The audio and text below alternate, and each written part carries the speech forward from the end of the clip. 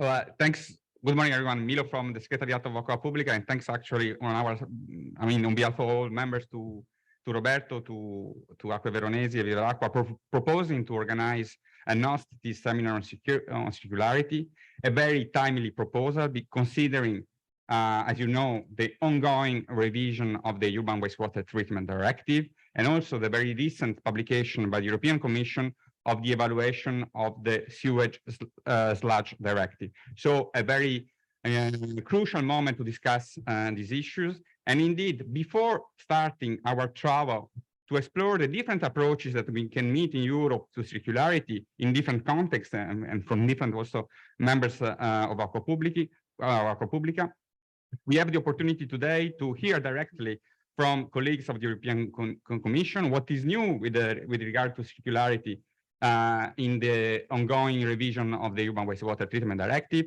and also I have some highlights maybe on the evaluation of the Sewage Sludge Directive.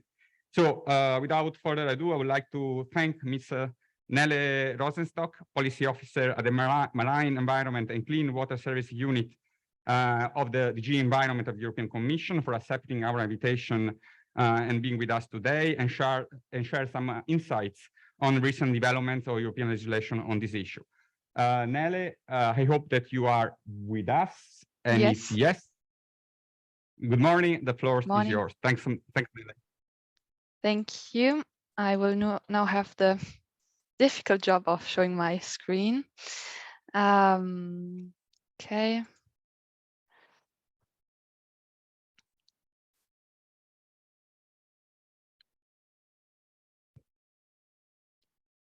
Could you confirm that you see my screen and not too many gray bars? I confirm that we see your screen and there was only a little gray bar, but yes, irrelevant. Okay, perfect. Okay, thank you. Good morning, and thank you for having me at your meeting today on the circularity of wastewater and sludge.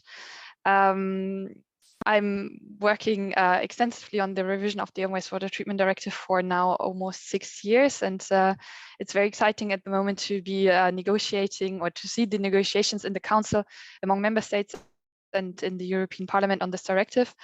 And as Milo just stressed, we have also just recently published the evaluation of the Sewage Sludge Directive, an even older directive than the Wastewater Treatment Directive.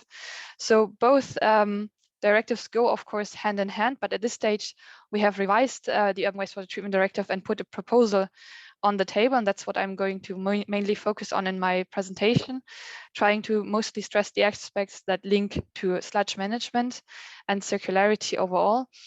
And then the Sewage Sludge Directive has just been evaluated, meaning we've assessed whether it has worked or not in the past, and it is yet to be decided politically whether or not there will be a revision of that directive. I think given the age of that directive, it is possible that it will be revised, but this has not been confirmed at this stage.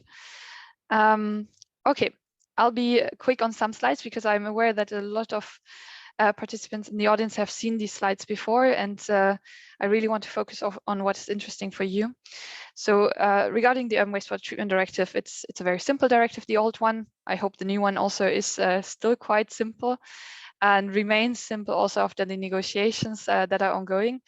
It focused really on the collection and treatment of urban wastewater, had some monitoring and reporting provisions, also some provision on sludge management, but really simple. And we evaluated it like we did it now with the Sewage Sludge Directive, and overall found that this is a good directive, but also given its age, there's much to do to improve it and to adapt it to the European Green Deal, to our knowledge of today, and to really make it work for all.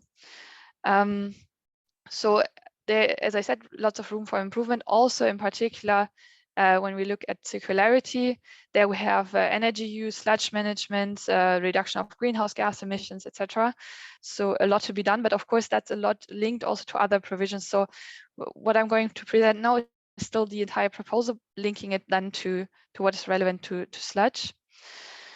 If I can move my slides. So yes, first of all, rainwaters. So we all know that stormwater overflows are a huge issue, especially now with the changing climates and even more heavy rainfall events. More needs to be done, and we've suggested to have integrated management, an integrated management approach by obliging agglomerations to have plans and meeting an indicative objective of 1% of stormwaters representing wastewater loads, with a hierarchy of actions focusing on nature-based solutions. Of course, with this planning obligation, doing more on stormwaters means and capturing more of these stormwaters also in urban wastewater treatment plants in some instances. In terms of sludge, this will mean that there might be more microplastics in the end in our sludges.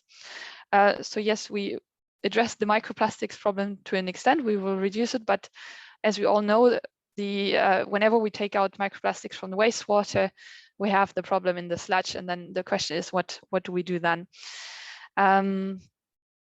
Then we have expanded the scope of the directive to smaller cities, so it applies currently to agglomerations starting from 2,000 population equivalents, and we now go down to 1,000 inhabitants, meaning that more wastewater will be captured and also then more sludge be produced to be dealt with.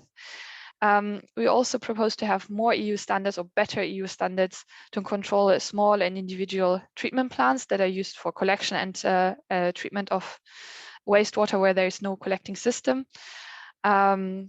Then a huge focus was also nutrients, because we still see that eutrophication is still an issue in the EU, also due to urban wastewater. Of course, agriculture plays a huge role, but nutrients coming from urban wastewater is still also quite important issue. And we know, well, nutrients are very valuable also in the sludge, but here in terms of wastewater management, we've proposed to reinforce the standards for nitrogen and phosphorus, which has led to quite some discussions in Council and Parliament, because we have suggested 6 milligram per liter for nitrogen. What was interesting to see here, I think, in negotiations is that initially there was a huge concern that this is not achievable, whereas it is actually based on best practices that we've seen in the EU, in some of the EU member states. And now the more we discuss, the more it is seen as something that is ambitious, of course, but it is not too ambitious. So it will still be, I think, not 6 milligram in the final directive, but I see that the discussion has calmed down on this. Nutrient removal will be applied in more areas. According to our proposal, we have set a list of sensitive areas that have to be considered, that have to be designated, such as the Baltic Sea and the catchment areas therefore for that. And we propose that nutrient removal has to be done systematically in all facilities above 100,000 PE, which we assessed as those having the hugest or the most impact on our environment. And lastly, another point that is also very relevant to sludge, but to our water bodies, is of course micropollutants. By now we find residues of pharmaceuticals in all our water bodies. And revising such an old directive as this one is of course a huge opportunity to finally address this issue in a systematic way. And we have set new emission standards here to ensure that across the EU, the fourth treatment stage will be step by step installed, first of all in large agglomerations above 100,000 PE, so like for nutrients, and then on a risk-based approach for all facilities between 10,000 and 100,000 PE. What I would like to stress here is that this is all really based on the risk-based approach, in the sense that according to all our assessments done with experts in the Joint Research Center based in Italy of the Commission, and then also independent experts from various member states, is really that these large installations discharging are the most risky to the environment. And then below 100,000 PE, the risk-based approach, as we know it from other legislation, can be applied to ensure that we really invest where it makes sense.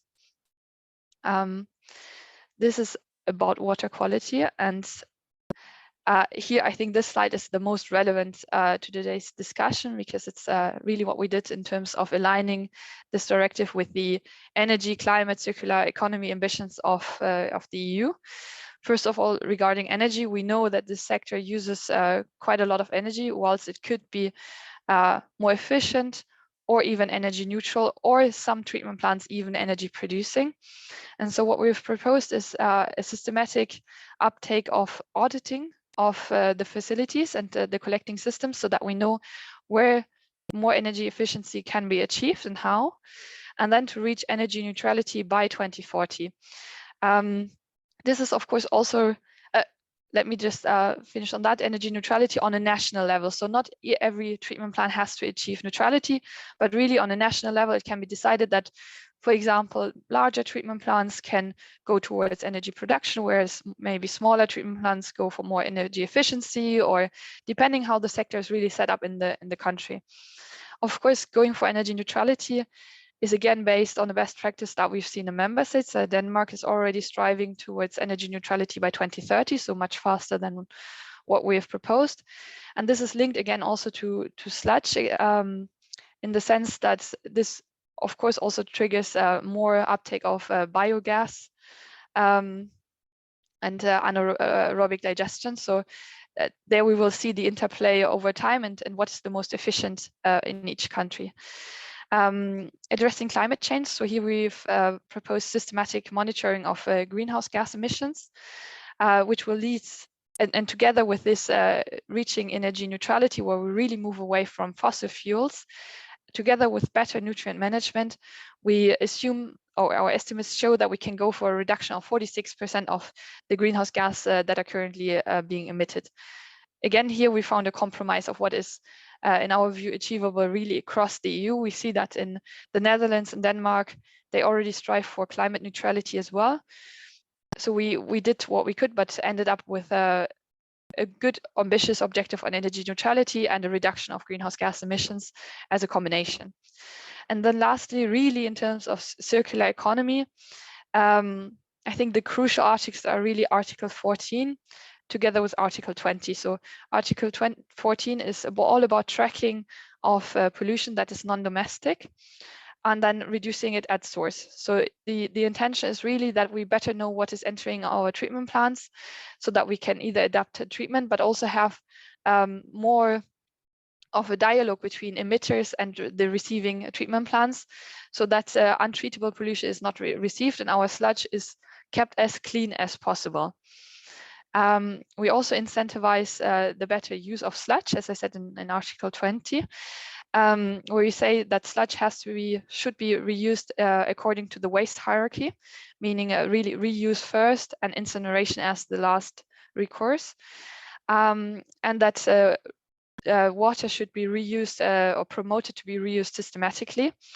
Here I can share that from the negotiations, both in Council and Parliament, we see that the reuse of water is of course a very hot topic, and I think will lead to more discussions over time, and how this can be included in a way that it is safe for the environment, but also useful for our agricultural sector. And then lastly, in Article 20, and very importantly, we have proposed that the Commission would get a delegated act, so an empowerment to develop recycling rates for the recovery of phosphorus and nitrogen, the two materials that are really, in our view, the most important ones in sludge. I'm very much aware that there are also other materials that are being taken from sludge and wastewater. And here I think what we've seen from discussions both in Parliament and Council is that for phosphorus, it is clear that we need to do more. This is a critical raw material in the European Union.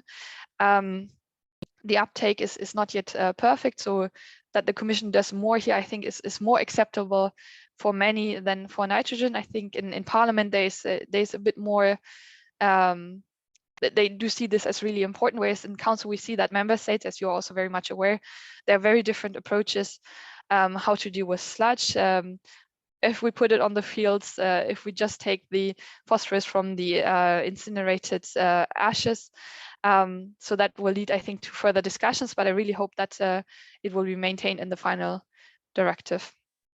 Lastly, and I think here the slide is not so interesting for today's discussion, apart from the very first point, the producer responsibility. So to ensure that the fourth treatment does not lead, or is implemented in a way that it is really the polluter who pays, the polluter pays principle. We have proposed that we use the extended producer responsibility scheme to ensure that those industries that put products on the market that are most polluting pay for the fourth treatment, so that this does not fall on the ones paying the water tariffs or the public budget, so that we have basically a third financial stream here to ensure that we have the investments for the fourth treatment, both for the infrastructure and for the operation. We have done extensive assessments to understand which industries put products on the market that are the most polluting in urban wastewater. And here we found that it is the cosmetics and the pharmaceuticals sector. I do not think that this is much of a surprise in terms of what is in wastewater. We hope that by having this obligation, it should also ensure that more green products are put on the market. So again, having a source control mechanism here also in place. And if the products are not greener, then at least the treatment is paid for, so that we ensure that our water bodies are kept or are hopefully cleaner in the future. Then the last point, I'm just going to quickly say that we did a lot on transparency to improve access to information, but also performance of treatment plants. Of course, access to sanitation under the Sustainable Development Goals cannot be ignored. Here, the focus is really on improving access to sanitation for vulnerable and marginalized people, in line with what we've done under the Drinking Water Directive in terms of access to water supply. And then health, a very important topic, of course, but less relevant for today, is that we had a very good experience using wastewater as a manner to track COVID. And here we propose to make this legally binding, a cooperation also between health and water authorities in the member states, and also a focus on antimicrobial resistance, also a hot topic, I understand, for sludge, so that we have a better overview across the EU on what is happening. To be seen how much this is actually ending up in the directive. I understand here there are some concerns across the member states, whereas in Parliament this is seen as positive. Again, a huge diversity across what we get in terms of feedback. Very quickly in terms of impacts, because I'm aware that most of you are familiar by now with our proposal and the impact assessment, is that with our proposal we really try to achieve what is the best in terms of cost and benefits. So the blue bar here on the graph is where we stand right now, the baseline, and the red bar is where we will end if our proposal would be implemented as we've proposed it. So you see that's the middle ground, basically a compromise already, and the green is what would be is the maximum technically feasible that could have been done. But of course, then we would have much higher water tariffs. And that is not something that we would want to propose at this stage. Lastly, and also very shortly, and a lot of gray bars are popping up here, and we'll try to hide them once again, is that we spend a lot of... It's okay. Yeah, okay. So just very quickly is that we did a thorough cost-benefit analysis. Of course, it's a cost-benefit analysis as it can be done on EU level. We had very lengthy consultations with stakeholders, and many thanks again to Aqua Publica and others in the room for having provided us with a lot of data and technical information. We also consulted the member states in depth, and according to all the information that we had, this proposal will lead to 3.8 billion a year in 2040. So when everything applies, because there are a lot of incremental stepwise approaches to implementing this proposal, the benefits would outweigh these costs with 6.6 billion a year. And this will be split across 3 financing sources. So instead of only having water tariffs and public budget to pay for it, we then have also the extended producer responsibility. Overall, our assessment shows that affordability should not be endangered, even in those countries that use water tariffs extensively, such as in Denmark. But of course, where this might be the case for the poorest households, member states should always consider taking action to help these households. The public budget would be continued to be supported by EU funding, which has already been the case over the past 30 years, with 2 billion a year, and this would continue in the future. And then this extended producer responsibility, which would cover the 4th treatment stage. And here it is up to the industry to either take it from their profit margins or to transfer, of course, the cost to the consumer of their products. If it's from the profit margins, it's a very marginal reduction of their profits. If it's put on us as consumers, it's 2.7 euros a year in 2040. So it's also limited. And what we've seen in the solid waste sector, where this is practiced already, the extended producer responsibility, is that usually industry does a mix of taking a bit from their profit margin and a bit from the annual prices. So we will see how that ends. And again, I cannot click. Yes, and just to simply say, this is what we have proposed. I've tried to share a bit where the proposal stands in terms of negotiations, and it is now with the Council and Parliament. We see an ambition by the Spanish presidency that will now take up work in July to really, again, work on this extensively and prioritize this file. And we hope to come to an agreement still in February next year. Parliament, similarly, is really working hard on finding compromises between the political groups so that they can vote in September in the ENVI committee and then in October in the plenary, so that we then can enter trilogues over autumn and the winter times. Once we have then the final text, there is a transposition period until it applies then, and if we adopt it next year, it would apply, or it would have a transposition time of 2 years and start then being enforced in 2026. But that's of course really up to how the negotiations go. And then lastly, we work very closely with the colleagues in charge of the sewage sludge directive, which is not actually in my own unit, but of course, given the links, we work as if we are in the same unit. They have published the evaluation now in June, and any evaluation has to be done across 5 criteria: effectiveness, efficiency, coherence, EU added value, and relevance. And I try to quickly summarize what I think is most interesting here is that overall this directive has been proven effective, even if it is very old. Sludge use is mainly still on fields, 40%, 27% is going for incineration. And we see that in some of the bigger EU countries, such as Germany, there is now a move towards incineration. The levels of heavy metals have significantly decreased. And we see that many member states go beyond the standards set in the sewage sludge directive. So if there was a revision of this directive, these standards would probably be reviewed, and this would go, of course, hand in hand with what we have proposed. And as I've shared, we have proposed quite a lot on sludge.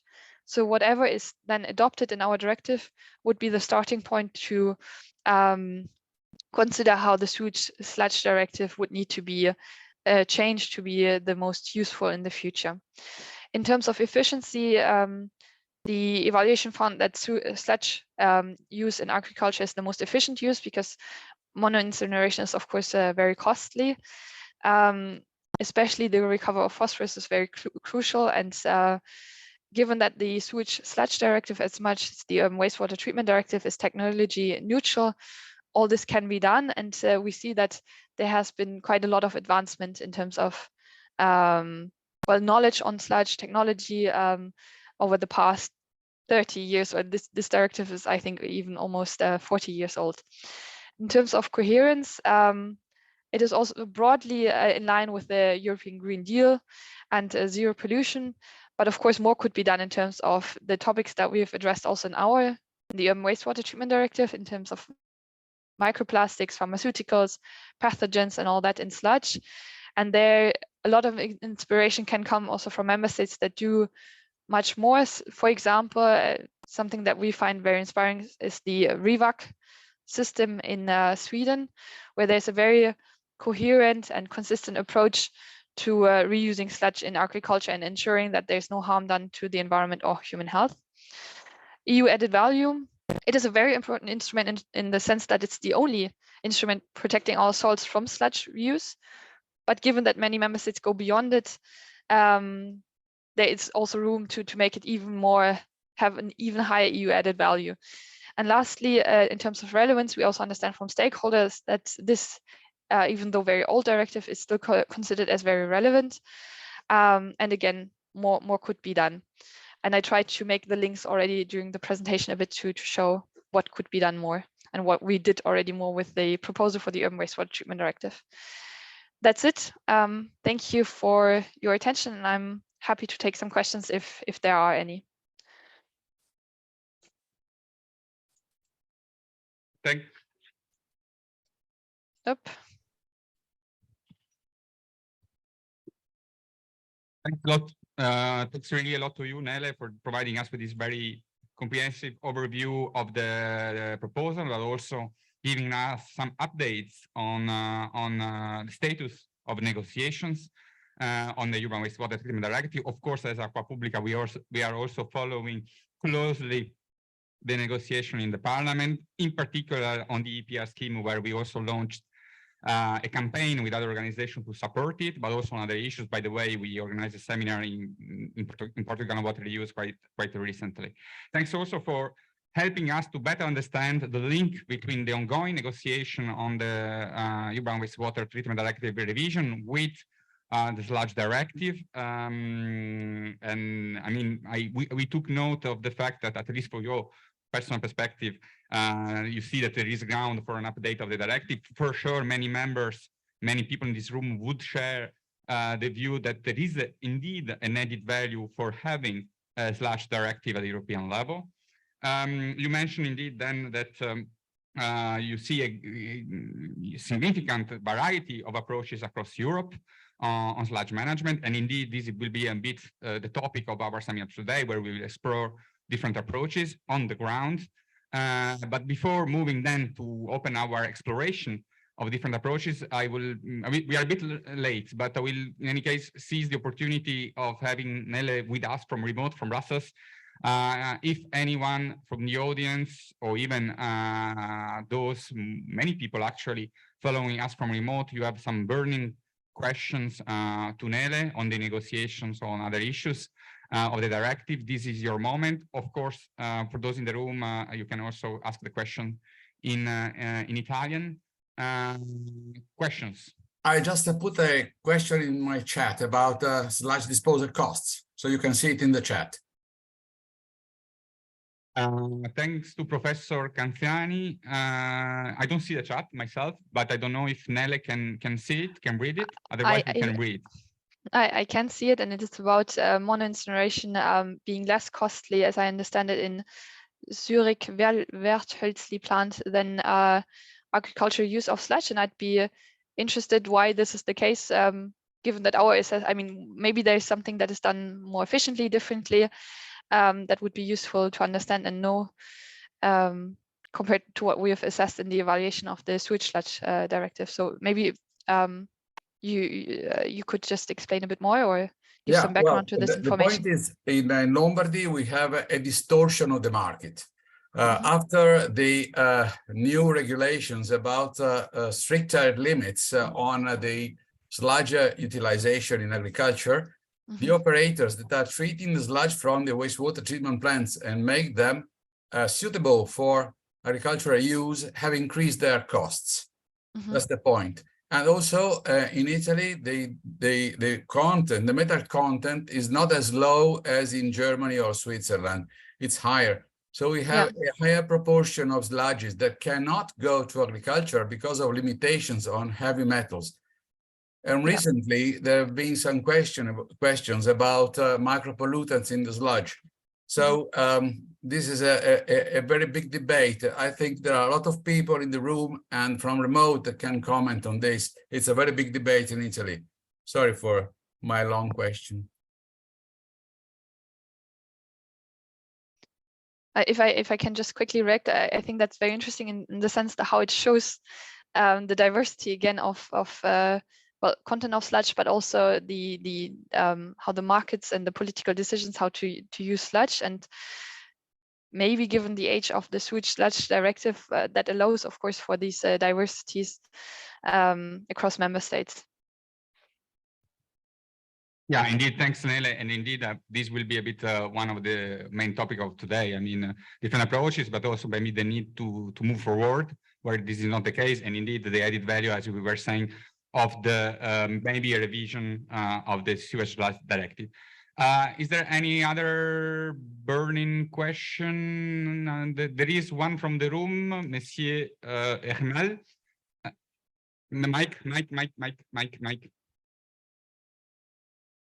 Bonjour, oui, bonjour, Joseph Hermel, directeur général du S2A Alsace-Moselle. Est-ce qu'on sait déjà quelles sont les tendances concernant futurs seuils pour les métaux lourds et les autres éléments traces par rapport au texte de 1985 en termes de proportionnalité ou d'ordre de grandeur, puisque en fait, on travaille depuis très longtemps sur ces seuils. On a tous fait beaucoup d'efforts pour réduire les revenus de la source en lien avec les industriels et les artisans, et on s'interroge effectivement sur les perspectives concernant ces seuils. Merci.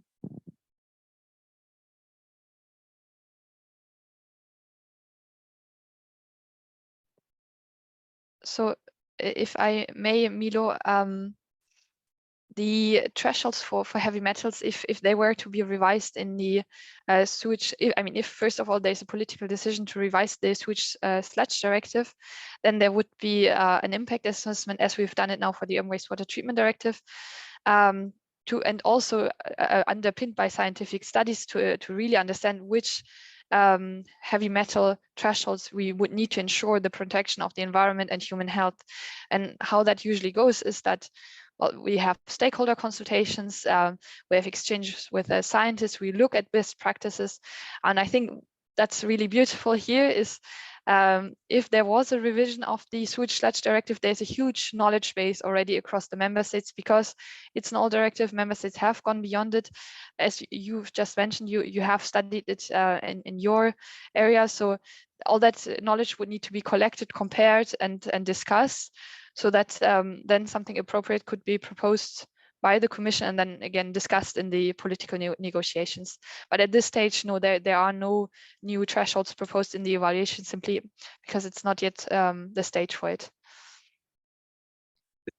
Indeed, we are at a very early stage of this potential process. A last question, I would say, from John in the room. John, if you can introduce yourself, thank you.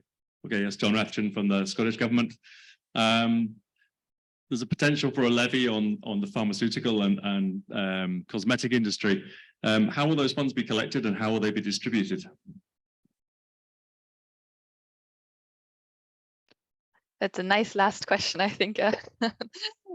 So any extended producer, no, not any, but the way we've proposed our extended producer responsibility scheme is that producers come together in a so-called producer responsibility organization, which is Article 10 of our proposal. And this producer responsibility organization is really the industries coming together, providing their statistics. How many products do they put on the market? Deciding together how to calculate the fees per product. They should take into account hazardousness and the quantity. So these two factors have to be considered, but then it's free for them to really decide who pays most for what. And that's just what the industry discusses. Then the producer responsibility organization as a mechanism discusses with the wastewater treatment plant operator. The wastewater treatment plant operator knows that he has to install in the fourth treatment stage. He sends the bill to the producer responsibility organization, ideally, and there should be a dialogue between industry and the wastewater treatment plant operator to ensure the most efficient technology is being used for the fourth treatment. And then the producer responsibility organization, as sort of representative of the industry, pays the bill of the treatment plant operator. So that's how it is set up in our proposal. It's also how it's done in the solid waste sector. And it ensures that not individual industrial players have to talk to individual wastewater treatment plant, but that it is really done in a organized manner, in a short way explained. Thanks a lot, Nele, and Aqua Publica is working hard to keep this proposal on the Commission in the ongoing negotiations. Thanks a lot, Nele, for your time. That's really, really appreciated. If there are more questions, please send us to us, the Secretariat of Aqua Publica, and we'll make it sure that we'll share with the colleagues from the European Commission. Thanks a lot, Nele, for being with us. That's really appreciated. Thank you. See you soon, I hope. Thanks. Bye. Yes, same.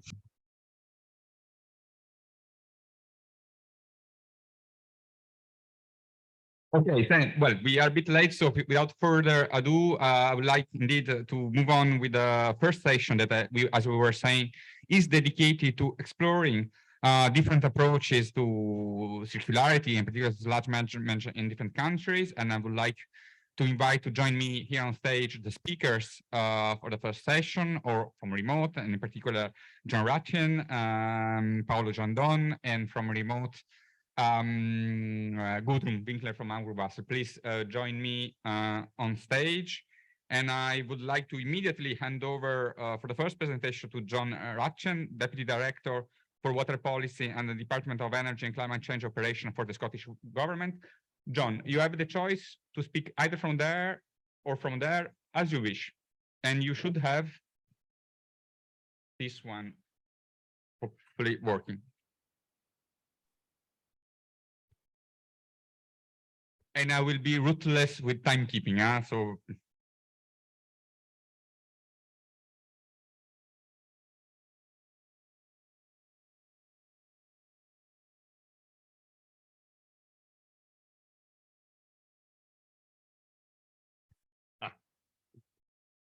I'm glad Milo did that, not me. I knew that was going to happen. So as introduced, I'm John Ratchen from the Scottish Government. Within my responsibilities there, I look after the water industry in Scotland, alongside aspects of energy and climate change policy as well. So I'm going to take you back a little bit for a moment. That boat on the right-hand side, that ship on the right-hand side, that's what we used to use to get rid of sludge as recently as 2000, the year 2000. So that's the actual ship. And sludge was taken in there and just dumped at sea. Okay, so I think it's important to remember the journey we've been on. In very, very short number of years, we've moved from simply throwing away what we considered to be a waste, putting it into the ocean, and we've moved forward to considering it as a resource. And that's the most important change that we've made in the recent times. The Open Wastewater Directive, really important point there. Make it systematic that we can the management of waste, the good treatment of waste, and we all move to compliance with that directive. And now we consider the value. We look at the value of say to ourselves, what can we take from this slide in terms of the values of energy and in terms of all the products that sit within sludge. We started to really consider that, and now we brought into this fully circular approach. We even take it and say it may not have an economic value, there may not be a market for it today. We still capture it and contain it, protects the environment, and it may create a social value as we go forward, when we see that some of the access to things may come from politically unstable parts of the world. It's a finite resource. So actually simply capturing it and storing it, even if there isn't an immediate economic market, has value to us.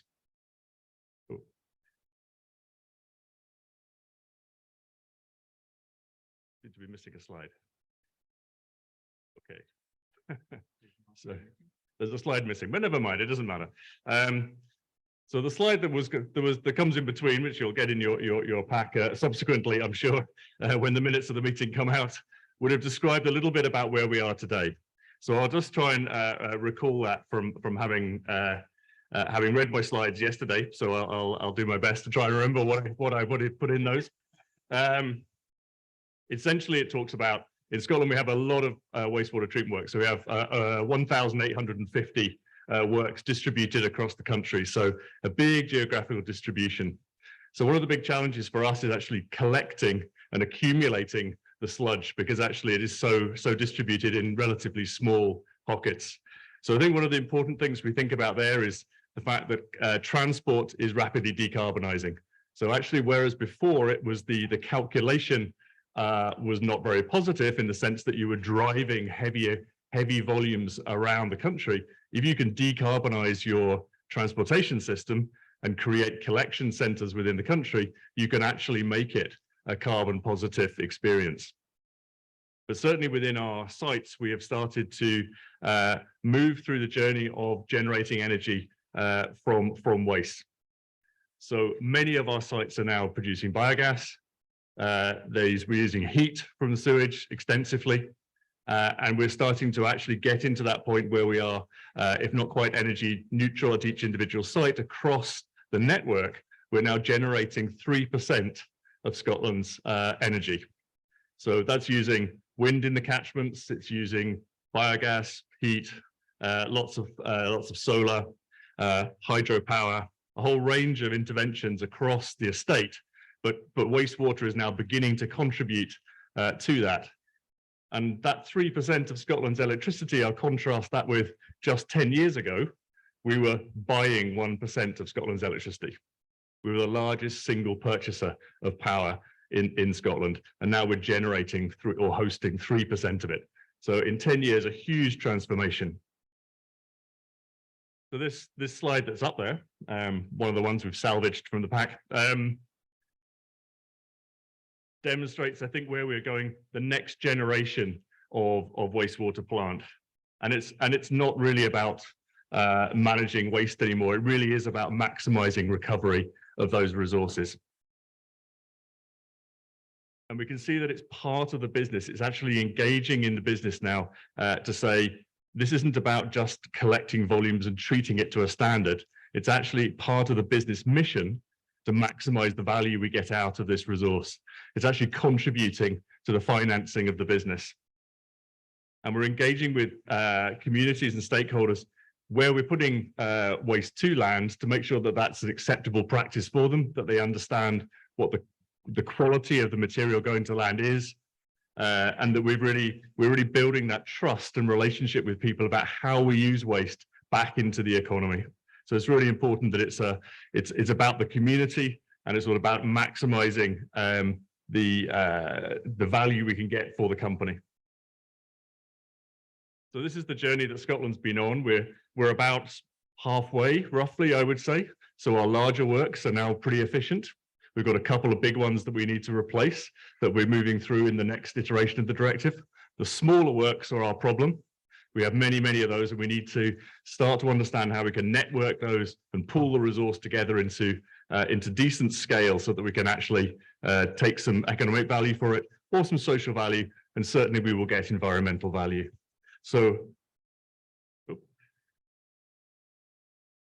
I move on to the final slide, we're starting to see this advanced anaerobic digestion coming in, big investment putting into that. We're generating lots of energy as we move along, and these emerging technologies that are there, so the biochar type technologies and other ways of actually really getting value from the resource are starting to pay back now in the system. We're starting to get a return on our investment. So this is the path that we're following in Scotland, and I think in really just a very few years, we will have got ourselves into a position where sludge is a contributing part of our business rather than a drain on our costs. So thank you.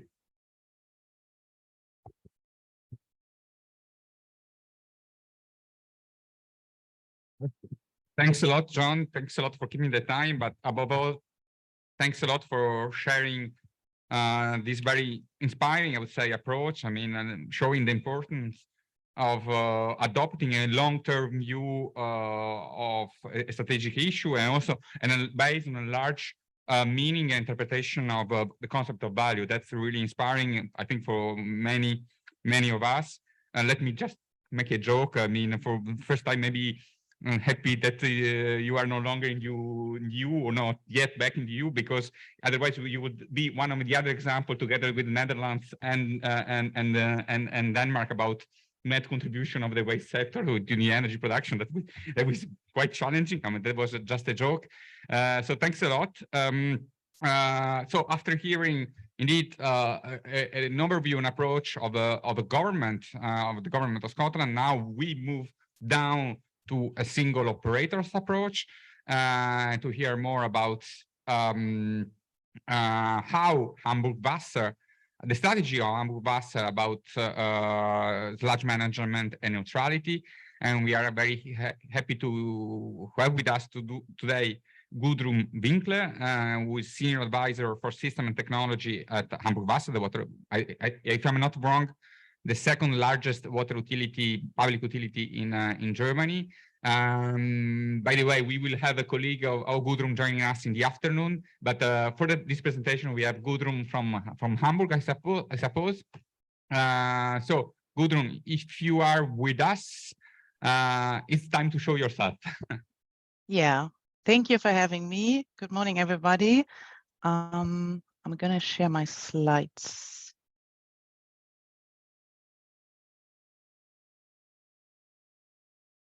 Can you see it perfectly? Yes, we can see it very well. Okay, great. So I'm going to start. Today, I'm going to present our approach to circularity in wastewater and sludge management, mainly focused on sludge management.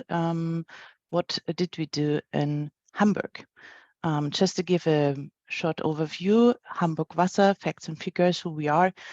Milo already said we are operating wastewater operator, but also drinking water supply for the metropolitan area in Hamburg. And we serve 2.2 million customers. And we have 16 water treatment plants, and we only run one wastewater treatment plant, where we're going to have a closer look today. It's situated there, so it's just on the opposite of the promenade in Hamburg, in the Heber area, very beautiful.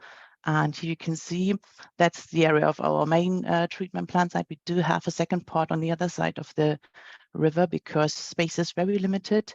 And we are actually Germany's largest sewage treatment plant.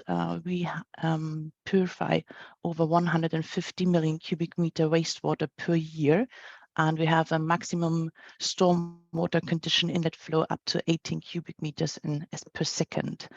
We do treat mechanically and biological, and we also have sludge treatment, including digestion and incineration. And our wastewater treatment plant runs energy neutral since 2011. So by now we achieved that we have energy generation, which exceeds already our energy consumption. And I'm gonna go show you a bit more detailed today how we achieved it. Has it always been like that? No, of course not. In 1990, our carbon footprint looked a bit miserable. We had an energy self-sufficiency of 7.6%, and we emitted 108,000 carbon per year, tons per year. And by now in 2021, it's different. It totally looks different. And in 1998, it all started with setting up digester gas power generation and also sludge incineration. And I'm going to show you how we actually went there. Well, in the early 90s, we were forced to rethink our sludge handling. The concentrations of pollutants, that's what we heard this morning already, was too high. We have a very heavy metal content, especially copper, mainly because Hamburg is a huge metropolitan area with lots of industries. So our heavy metal content was quite high, and it was too high for agriculture use. And expensive, and the landfill disposal, which used to be used beforehand, got more and more expensive. So we needed to rethink the entire process because of the size of this plant. Costs were extremely increasing. So in 1997, the WERA, it's an abbreviation in German, it's an acronym actually for such an incineration plant. WERA was installed. It's now producing energy from sewage gas and sewage sludge. It's a combined of gas and steam process inside, and we use it for electricity and also heat production. In total, it was an investment of 97 million back then, and it's in operation since 1997, 1998. And it all started with a private-public partnership because the model seemed to be better to use for technique where we weren't quite sure if it's feasible for us, if it's new, and it worked quite well with this private partnership. And today, actually, I'm going to go back there later. Today, we expand this Vera, and actually under construction, it's the next version, and the extension is called Vera 2. And we have an energy production of 62 gigawatt per hour a year in electricity and 80 gigawatts per hour a year in thermal production. All right. Just to have a short little look into how it's going to work, we have 3 lines, so we can choose to go only on 2 on the third one and have a redundant system. So if you want to, you need to do maintenance. The sludge capacities 78,000 tons per year on dry sludge, and digester gas is 36 million cubic meters a year. What was also a bit of a concern were the air emissions of the flue gas, and we have a 3-step multi-stage flue gas cleaning, which is actually quite compliant to the strong regulated limits in Germany. It's called the Federal Emission Control Act, BImSchG, and I'm going to show you with a few slides also that we are overfilling the requirements, which already set up at a high level. And so we feel quite safe to incinerate the sludge, even though it's coming from an industrial area. Here you see some numbers from 2022. The permit actually, according to this Federal Emission Control Act, you can see either we got in our permit 100% allowance within the limitations, or we even had to go below, so 50% for sulfur dioxide of this emission act. And the green bars you see, that's actually what we emit. So this multi-stage flue gas cleaning proved to be working very, very well, and we are quite confident now that even there's some air emission, it's overfilling the already strict requirements. Just to have an idea how much does it impact. So we have this, because we're a very huge wastewater treatment plant, we have 150 million cubic meter wastewater a year. Then we have from that 1.4 million cubic meters digested sludge, which then turns down to 100,000 cubic meters dry sludge.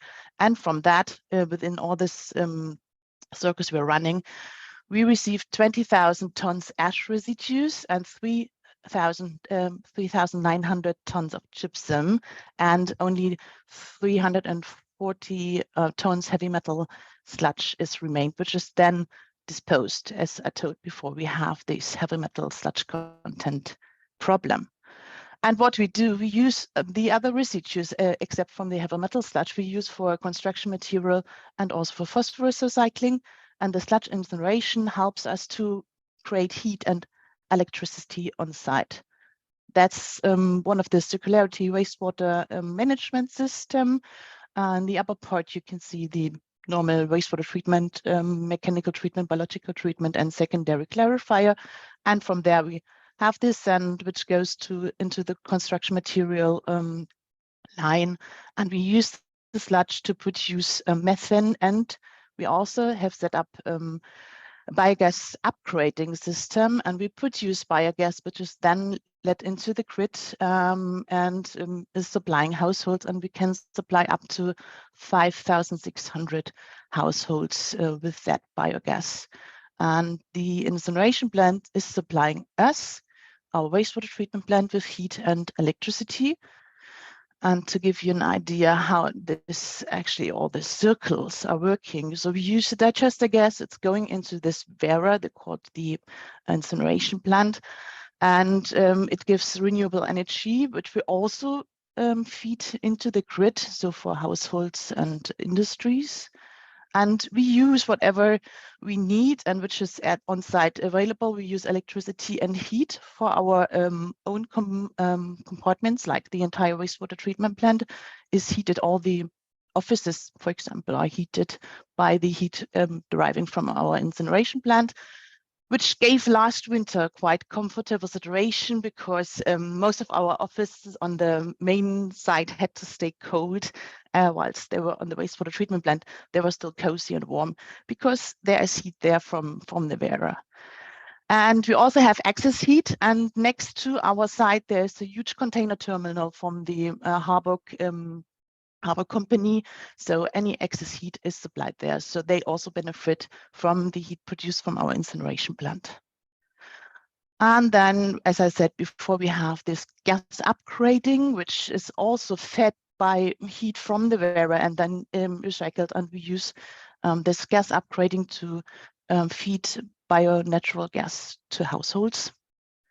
And then, of course, that's something different on site, but just to have the entire circle, we also have set up wind turbines who provide electricity to our wastewater treatment plant, but also to households and industries. And then also photovoltaic, also fed into the grid.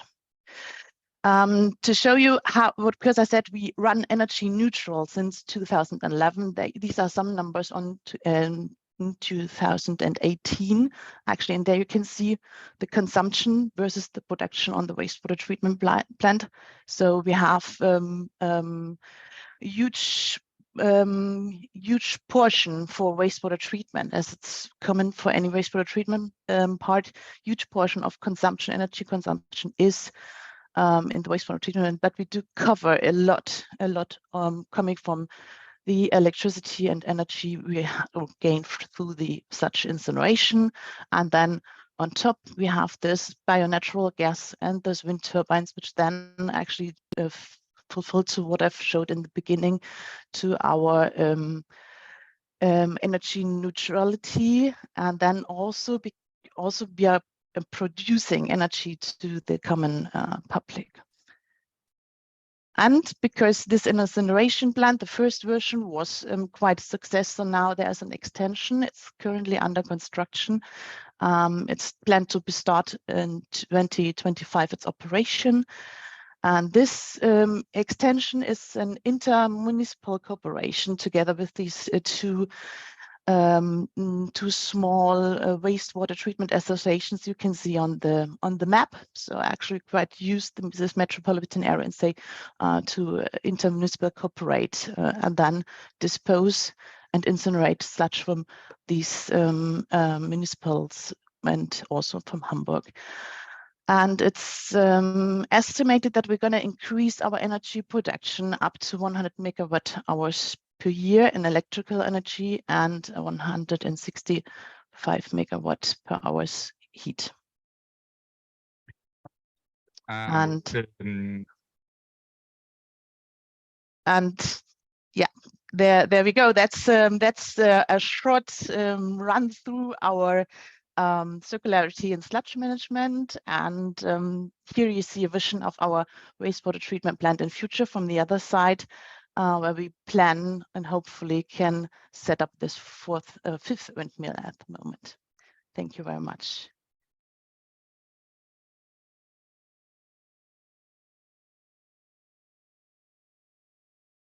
Thanks to you, Gudrun. Thanks a lot for explaining to us, presenting to us the approach on Wasser.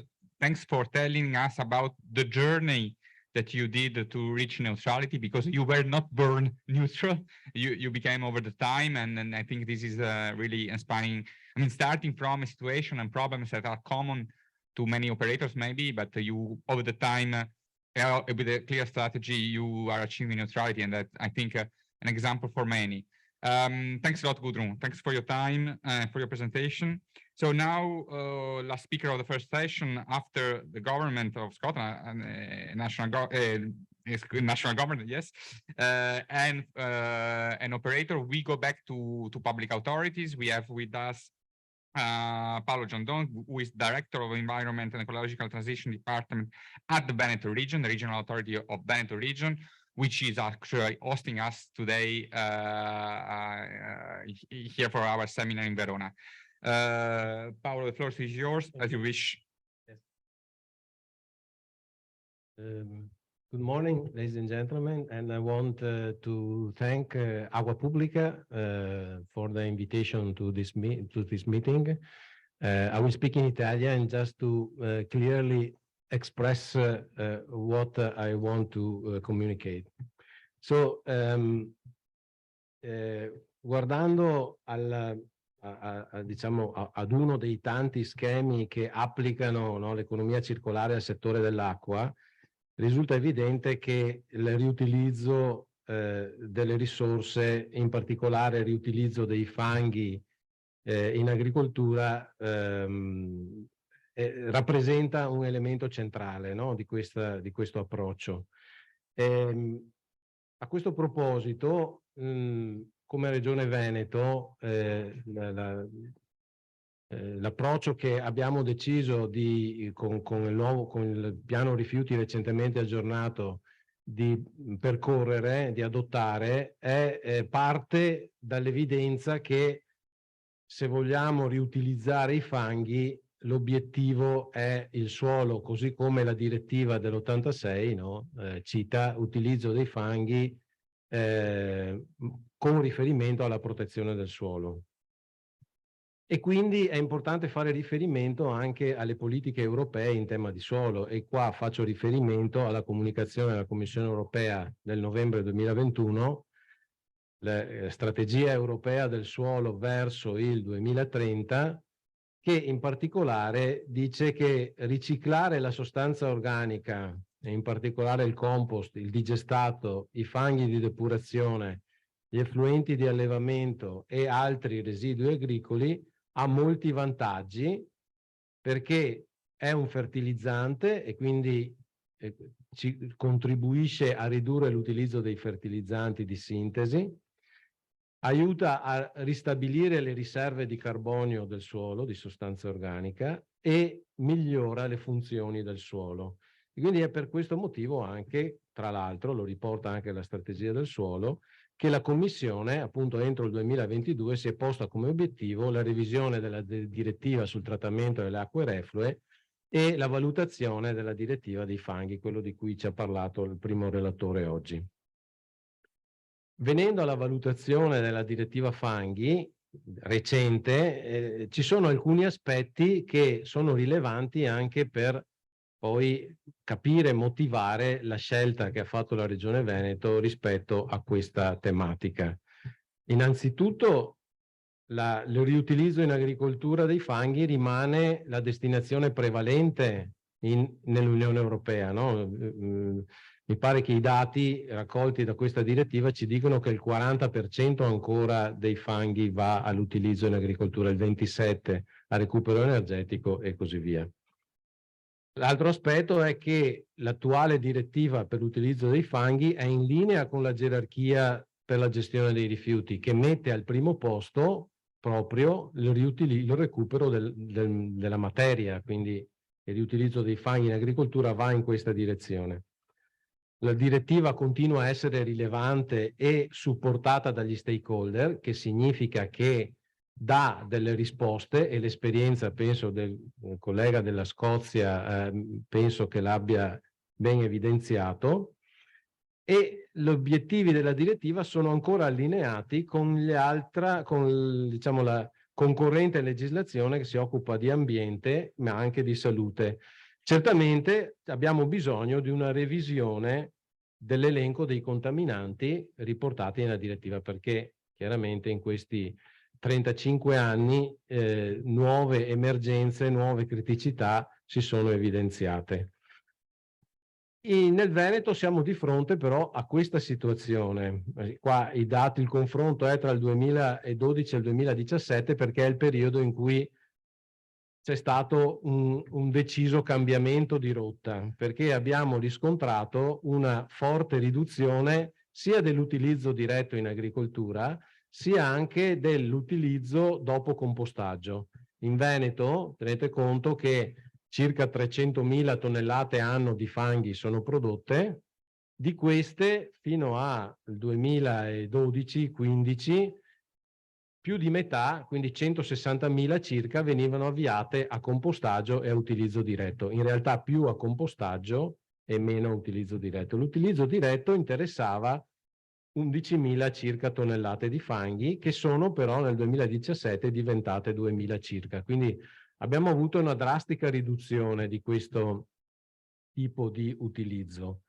Perché questo? Perché si sono verificate, ma non solo in ambito regionale, diciamo in ambito nazionale, difficoltà per gli operatori che avessero inteso, no? Avessero l'intenzione di utilizzare i fanghi. Innanzitutto si sono verificati diversi contenziosi giudiziari, quindi una difficoltà anche interpretativa della norma e di applicazione della norma che ha, diciamo, messo in preoccupazione molti degli operatori che utilizzavano in agricoltura i fanghi, inducendoli a cercare altre destinazioni. E poi anche, da un altro lato, regole sempre più stringenti per la gestione dei fertilizzanti nel settore agricolo, derivanti in particolare dall'applicazione della direttiva nitrati. Questo è stato un altro motivo per cui diffidenza che c'è sempre un po' stata da parte degli agricoltori a utilizzare questi materiali, a questo si sono aggiunte anche norme sempre più stringenti. E poi c'è da dire anche impossibilità da parte dei gestori, dei depuratori, cioè i gestori del servizio idrico, di attivare una gestione diretta dei fanghi. Questo per effetto dell'obbligo da parte di soggetti pubblici di appaltare, no, la gestione dei fanghi, non potendo, diciamo, andare direttamente a gestire la destinazione e il destino finale di questi materiali. C'è da dire anche che riscontriamo una notevole differenza tra regioni anche confinanti, no? Rispetto a noi, Emilia-Romagna e Lombardia, quindi le due regioni, più grandi regioni confinanti, hanno un utilizzo molto maggiore dei fanghi rispetto a noi, quindi evidentemente le spiegazioni le criticità che ho cercato di dare risultano più forti nella nostra regione. Ecco, su questo non sappiamo dare una spiegazione, però questo è un dato di fatto. Allora che cosa? Quindi questo è quello che vi ho detto un po' prima, cioè, no, sui 140.000, ecco, complessivamente i fanghi riutilizzati nel 2016 sono diventati 100.000 nel 2019, ma con una parte anche non direttamente utilizzata in regione, ma semplicemente messa in riserva per essere avviata fuori regione.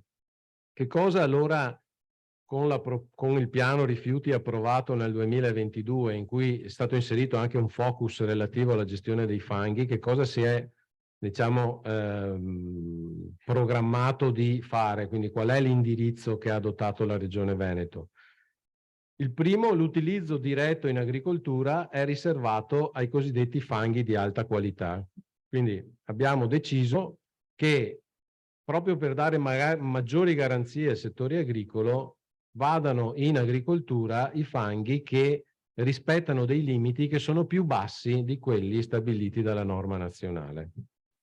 Noi, a dire il vero, non abbiamo mai ravvisato criticità, nel senso che tutti i monitoraggi e le verifiche delle caratteristiche dei fanghi di depurazione civili, quindi da reflui urbani, che abbiamo fatto nel tempo, ci hanno sempre rassicurato sul fatto che i limiti normativi per l'utilizzo in agricoltura erano abbondantemente rispettati. Quindi, però abbiamo voluto, proprio perché c'è questa possibilità, dare maggiori garanzie in questo modo. Mentre i cosiddetti fanghi idonei al riutilizzo secondo la norma, cioè quelli che semplicemente rispettano gli attuali limiti normativi, devono essere prioritariamente avviati al compostaggio per la produzione di ammendanti, quindi in miscela con altri materiali agricoli, dalla raccolta differenziata dei rifiuti urbani piuttosto che altri materiali. I fanghi invece non idonei al riutilizzo, che comunque rimangono una buona parte, perché non tutti diciamo, i principali, soprattutto quelli di più grandi dimensioni in Veneto, trattano solamente reflui urbani, no? Ci sono grossi impianti che trattano in buona parte anche reflui di origine industriale. Ecco, quei fanghi non rispettano i limiti per l'utilizzo in agricoltura, quindi quelli sicuramente dovranno essere utilizzati per il recupero energetico. C'è anche una proposta, diciamo, un orientamento, diciamo così, dei gestori del servizio idrico del Veneto che in un documento che hanno predisposto indicano come 30-40% dei fanghi prodotti in Veneto potrebbero andare ad utilizzo in agricoltura, il rimanente dovrebbero andare a recupero energetico. Ecco, su queste percentuali, insomma, sono chiaramente ipotesi, bisognerà poi in futuro verificare in base alle condizioni che ci saranno in che modo si riuscirà a indirizzare in misura maggiore o minore questi fanghi all'utilizzo in agricoltura, nell'ottica, ripeto, sempre dell'economia circolare. Queste sono le due colonne, no? Fanghi idonei, la colonna centrale, cioè i limiti che devono rispettare i fanghi per l'utilizzo in agricoltura, limiti normativi attuali, e i limiti previsti per i fanghi di alta qualità, quindi limiti più restrittivi. Qui naturalmente sono considerati solo i metalli pesanti, perché diciamo sono i contaminanti che già la direttiva europea tiene in considerazione. Sugli altri inquinanti, microinquinanti organici in particolare, verranno mantenuti i limiti previsti dalla normativa nazionale che è stata recentemente rivista nel 2018. Dico due parole anche sul riutilizzo delle acque reflue urbane, perché è l'altro aspetto dell'economia circolare nel settore delle acque. Semplicemente un paio di cose. La prima è: non c'è una pressione, una spinta in Regione Veneto per l'applicazione della normativa relativa al riutilizzo diretto delle acque reflue in agricoltura. Perché non c'è questa spinta? Mi si è spento il mio monitor, scusate. Perché non c'è questa spinta? Perché nel Veneto le acque reflue trattate dal depuratore vengono avviate, vengono scaricate in un reticolo idrografico molto fitto, che è lo stesso reticolo idrografico da cui vengono prelevate le acque per l'irrigazione. Quindi di fatto esiste già un meccanismo che consente il riutilizzo. È stato l'anno scorso, anno di forte scarsità idrica, che allora i livelli dei fiumi in questo reticolo idrografico era molto basso il livello, e quindi qualcuno ha avanzato una proposta di utilizzo diretto di acque reflue, no? Però è, diciamo, una fattispecie residuale per noi.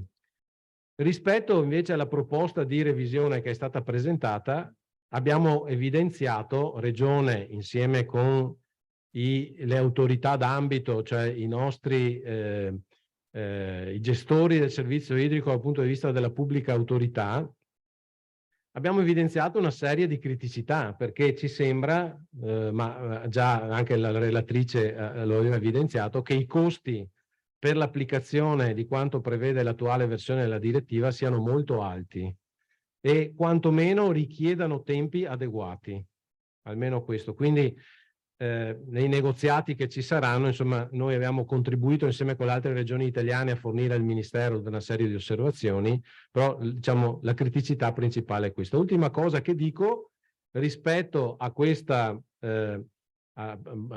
questo di cui abbiamo parlato oggi, quindi riutilizzo dei fanghi in agricoltura e riutilizzo delle acque reflue. Partecipiamo come regione con altri partner regionali a questo progetto Horizon 2020 Be Water Smart, che prevede 6 laboratori a scala europea di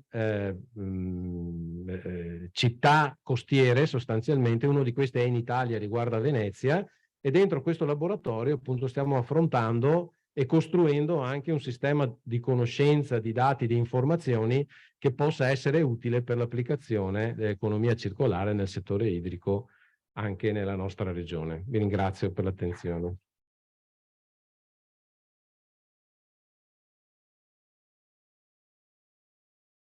Well, thanks to you. I mean, I think it's your presentation.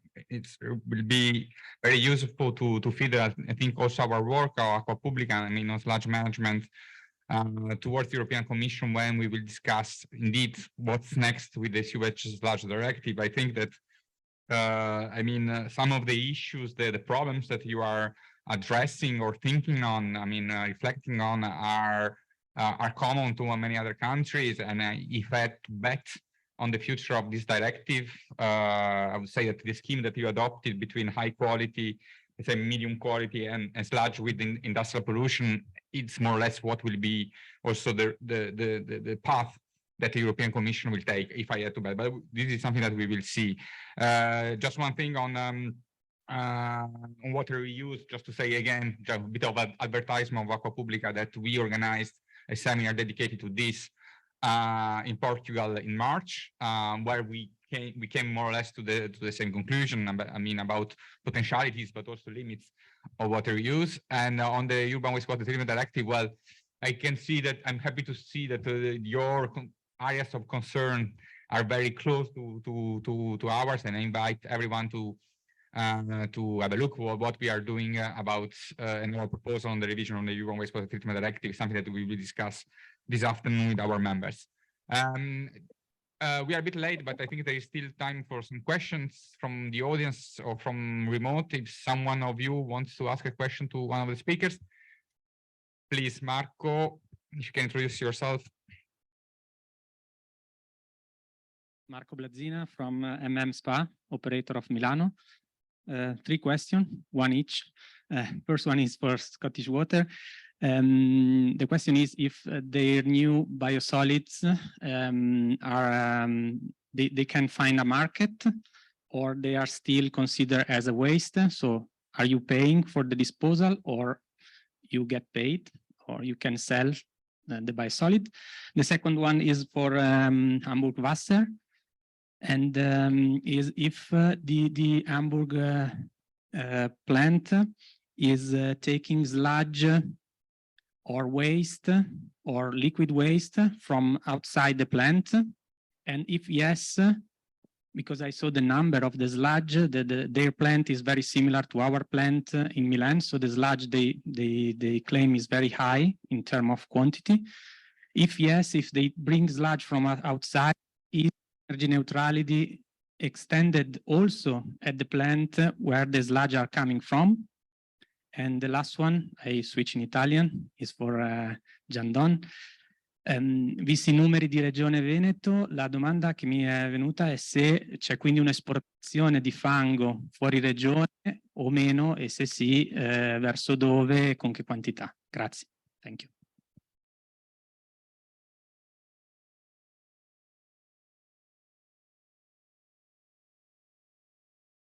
I'll take the first question then. So the answer is some. So around about 30% there's a market for it, but we're still disposing of a reasonable quantity at the moment with no value to it. But that percentage is increasing over time.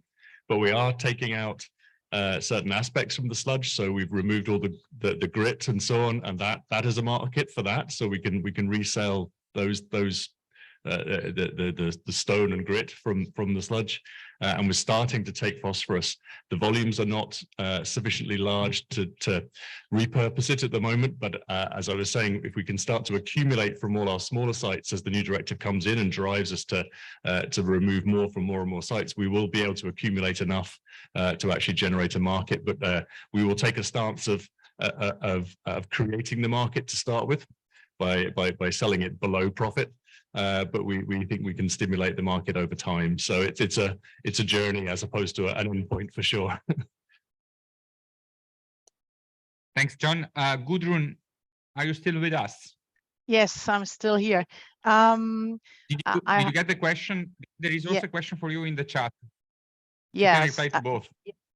Okay, yeah, I did see the one in the chat already. I would suggest because if it goes really far into detail, it might be best to get connected to one of our engineers from the plants for the detailed questions.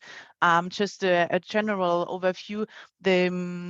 Our primary and excess sludge goes completely into the digestion together with some co-substrate, and in the incineration we only accept dry sludge, and there are also quantities from third parties from outside. So we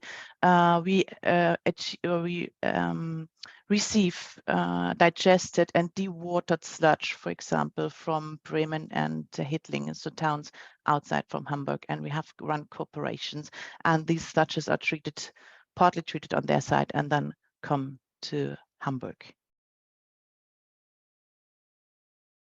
Thanks. Sì, ma i dati sono piuttosto variabili nel tempo. Non sappiamo la destinazione finale perché spesso ci fermiamo magari all'intermediario oppure non sono sempre, no, non è sempre chiara, ecco, la strada, però sicuramente una certa quantità va principalmente in Regione Lombardia, adesso forse meno, di più negli anni passati. Credo che una fotografia un po' più aggiornata probabilmente gliela potrebbe dare Viveracqua, che essendo, no, l'associazione che riunisce tutti i gestori, so che tiene un aggiornamento un po' più realistico, no, rispetto alla destinazione e a come questi fanghi vengono gestiti. Però ecco, voglio dire, la quota che va fuori regione è abbastanza consistente, insomma, sopra i 60-80 mila tonnellate anno. C'è un'altra questione del pubblico, se può presentarsi.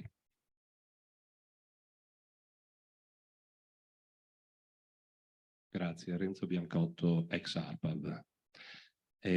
Una domanda alla dottoressa Winkler.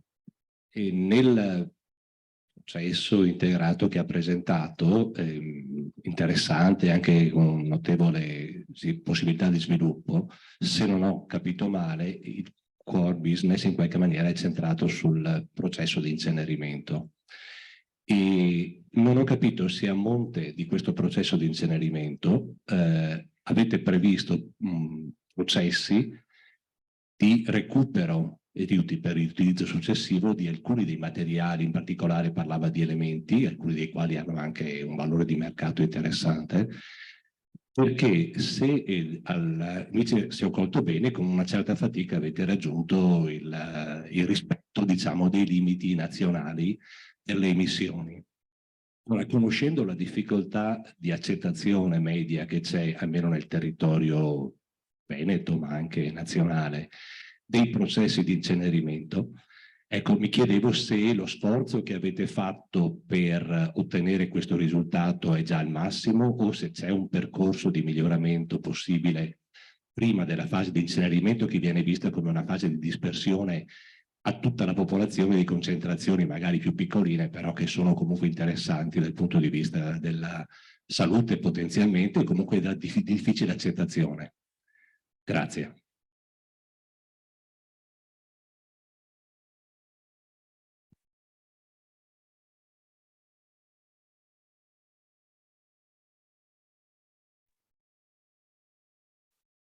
I'm going to hop on the last part, health issues.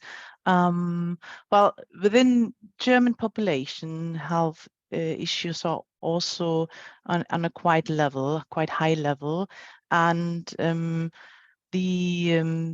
the emissions coming from the sludge incineration that's what I did show in the graphs. We have this Federal Emission Control Act, and because of all these health issues, we didn't receive the full 100% allowance for the emission. So especially for a nitrogen oxide, if I remember quite right, it's just 50% of what could actually be allowed by this Federal Emission Control Act. And so we already have stricter values for this blend. And even though we reached them quite well, or never, we on average we stay far below what we actually could emit. So regarding these health issues, we also calmed down because it's always a high threat where you think, well, you have an incineration plant sitting right inside of the city, but with these multiple gas flue stages, we are quite confident that the system works, and we have also buffer for any unexpected content in the sludges. And your first question, I didn't really understood what you were aiming to hear.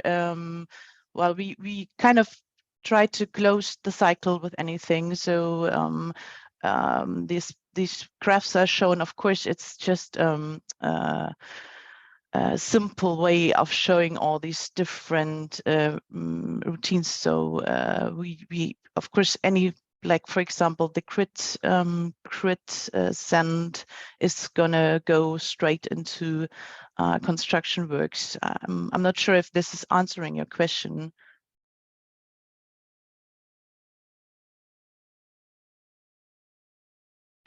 Thanks, Gudrun. Since we are running late, I propose that we stop now for a coffee break.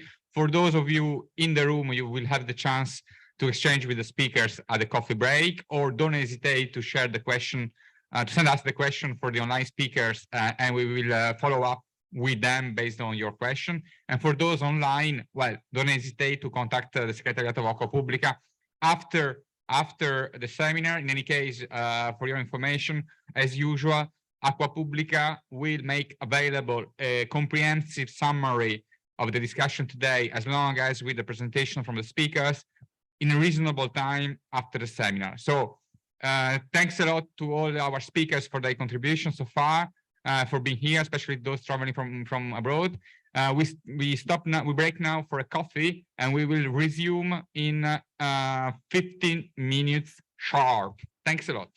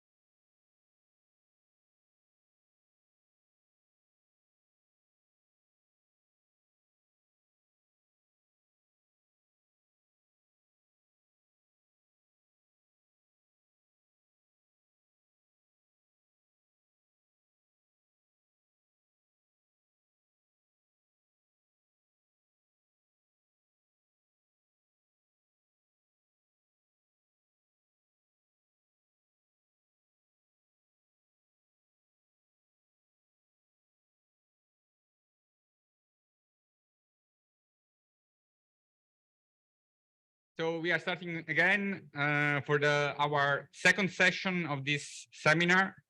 And after reviewing in the first part a bit different approaches and strategies that are existing across Europe, in this second session, we try now to move on a bit and try to explore how the future could look like, what innovative solutions could be soon available, what research avenues are considered the most promising.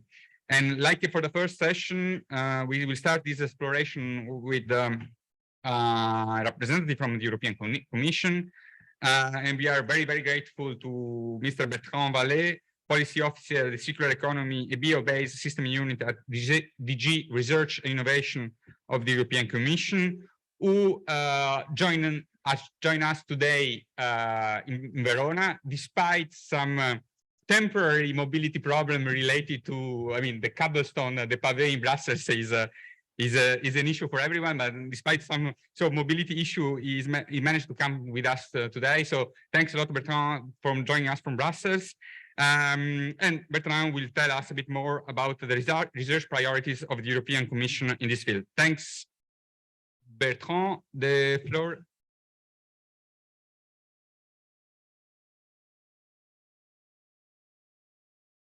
Yes, yeah, now. So thank you very much, Milo, for the invitation. Indeed, you cannot see really what happened to my foot, but indeed, I broke it. It's healing, so I'm more comfortable. I managed to enter it in my shoe, which is already an achievement. So my name is Bertrand Vallée. I'm a policy officer at the European Commission in DG Research and Innovation. And our unit is particularly focusing on circular economy for different aspects. And one priority is indeed water. So we do a bit more than circular economy for water, but indeed it's one of the interesting topics. How can I? Yeah. Oh, it's here. Ooh. Yes. So what I will go through today is presenting a bit.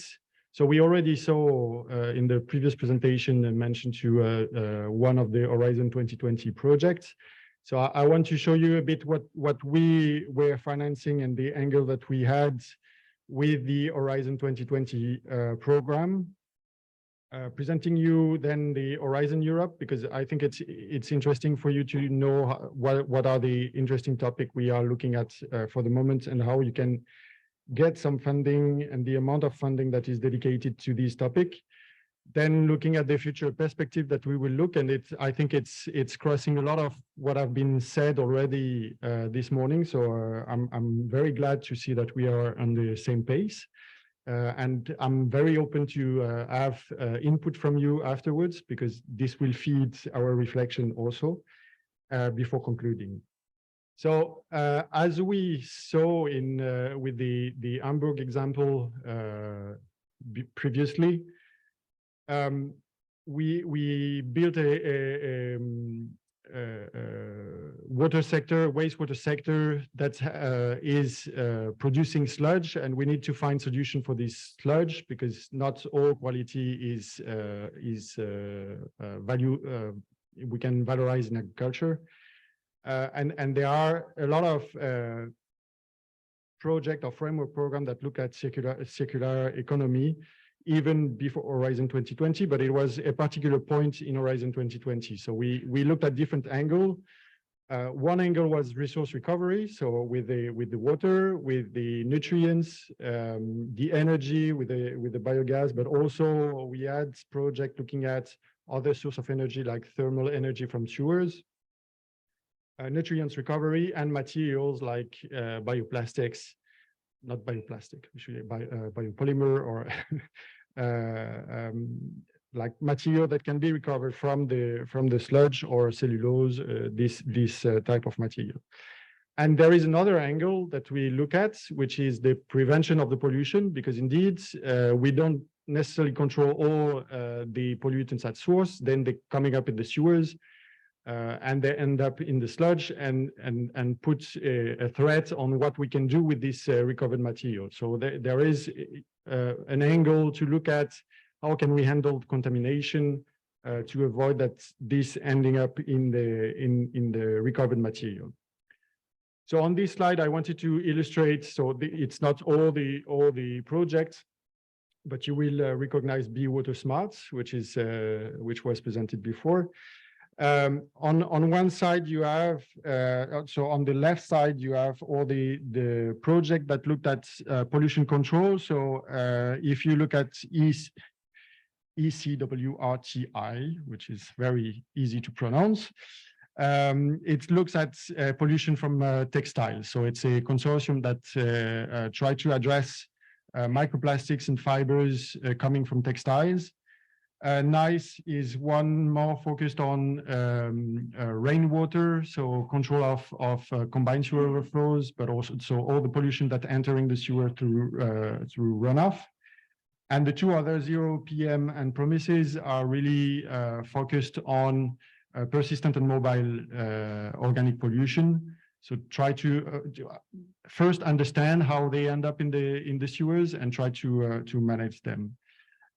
So these aspects are very control at source to allow resource recovery. And on the left side, on the right side, you have all the projects that were involved in a way or another in resource recovery. So if you look at Run for Life, Be Smart, Walnut, InCover, they are all focused on resource recovery, like material nutrients recovery. Power Step and Smart Plant are more focused on the energy side, so efficiency and recovery of biogas. Also with another angle, which is the CO2 footprint. So it's interesting to look at these results because you also have synergies with other aspects. Water mining is it's a new one. They looked at other new technologies like membrane bioreactors. So what can you do with the brine of the membrane? What you can recover from this? And it's also relevant for certain aspect on the wastewater. And you have more on the left side, the more decentralized system. So we don't want to have only recovery of resources with big wastewater treatment plants, but we know also, and we saw that in the Urban Wastewater Treatment Directive, there will be a downscale of the requirements for smaller agglomeration. We need to look also at solutions for these type of projects. So Idrusa, Inoquari Ways, Multisource and Pavitra Ganga are all projects that look at these more decentralized systems.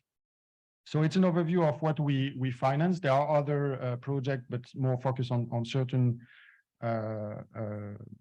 technologies developed by SMEs. So it's not necessarily relevant for this. Now it's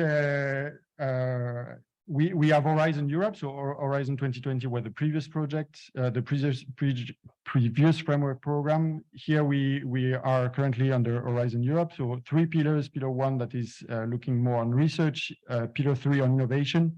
And if you want to finance projects for your own, the main cluster that is relevant for this and where my unit is more involved is the food, bioeconomy, natural resources, agriculture, and environment.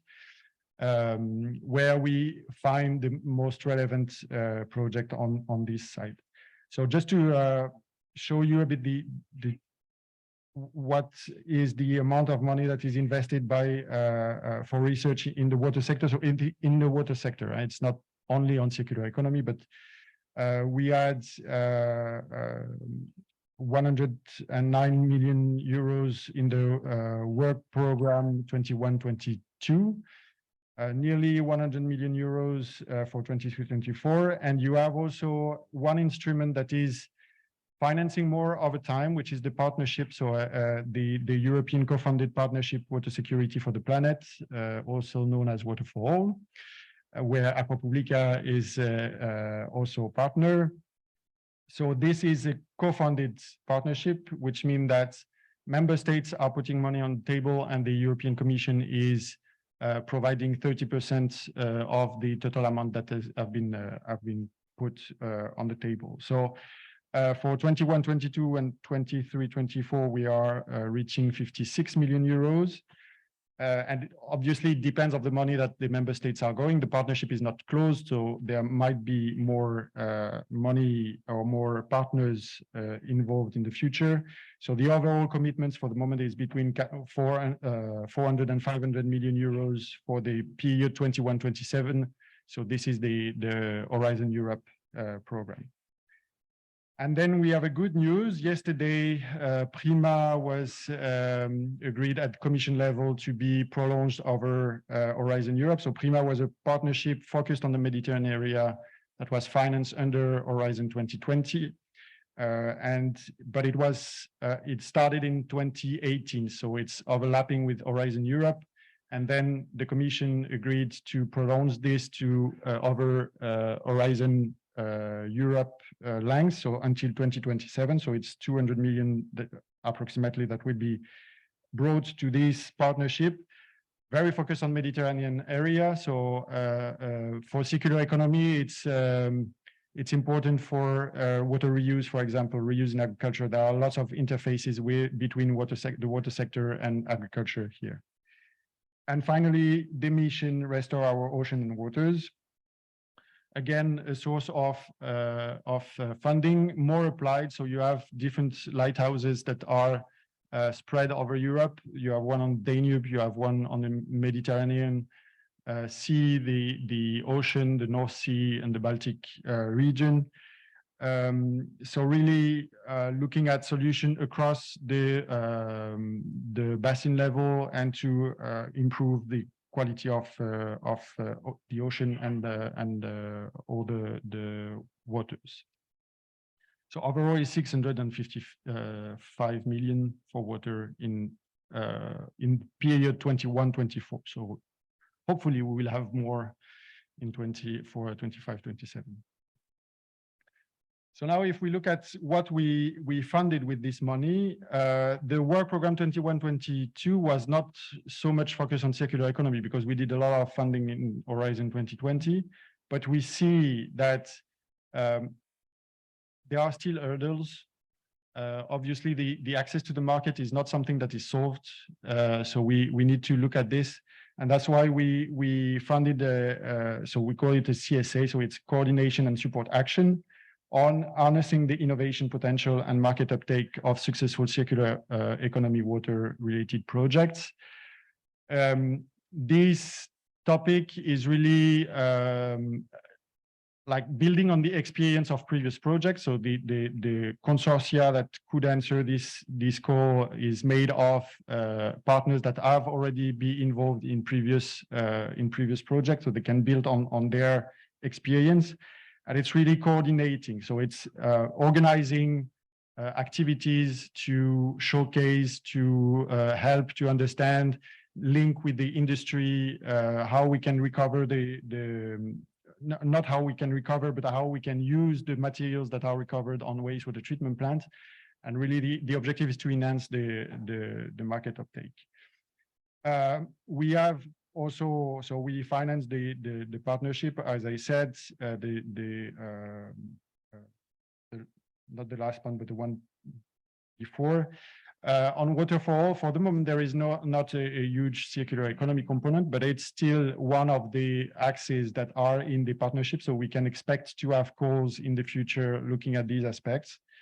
And the last one is improve the reliability and effectiveness for alternative water resources. Here, it's really to look at different type of water, brackish water, wastewater, how we can reuse this water and how we can, as some of the concern that were raised, how we can make sure that the water that is produced is used. So not necessarily in agriculture. So we have this aspect in the water reuse regulation, but we know that agriculture is not necessarily the first beneficiary or the closest beneficiaries for these waters. So we also want to look at other uses and how wastewater can, or treated reclaimed water can be a source for other use than really agriculture. And if I jump to the future perspective, what John said also was that the market uptake is sometimes limited by the quantity that we can recover. So there is no value because at one wastewater treatment plant, we have difficulties to recover enough material to feed the industry. So we think it's interesting to look at other models, to invest some money for research and innovation to see how we can implement this. So having large-scale implementation of circular systems, so not for one plant, but for the entire water system, and foster the sludge reuse. Also, what are the quality, how we can organize upstream the control of the pollution so the sludge can be reused at larger scale. There was also the consideration of the transport. Is this something that we can also consider when transporting sludge? Sludge is mainly water, so it's interesting to see how we can decarbonize the transport of this at a large scale. When we look at the water resources, there is this entire picture to look at. Okay, we have different sources of water. How can we manage this at basin scale? So there is a share spread or use of this resource. And then we have the climate change context. We have energy crisis, food crisis. So how the water is entering in this, and indeed, what is the share that can take water reuse, for example, or recovery of wastewater. For which level? Like, we don't look necessarily at very clean water. We also know about fertigation, which is something that, for the moment in the regulation, it's not regulated. But this is something that is striking also. Can we reach certain points where we have no harm for the environment, but we can keep part of the nutrients in the water? Is it useful in terms of fertilization of the crops? Alternative water supply solutions, we already discussed it, but we will need to find more kind of water that needs to look at. Wastewater is one of them. Also, how, let's say, digital technologies, artificial intelligence and machine learning can enter in this picture. Can we optimize the system so operators can get more,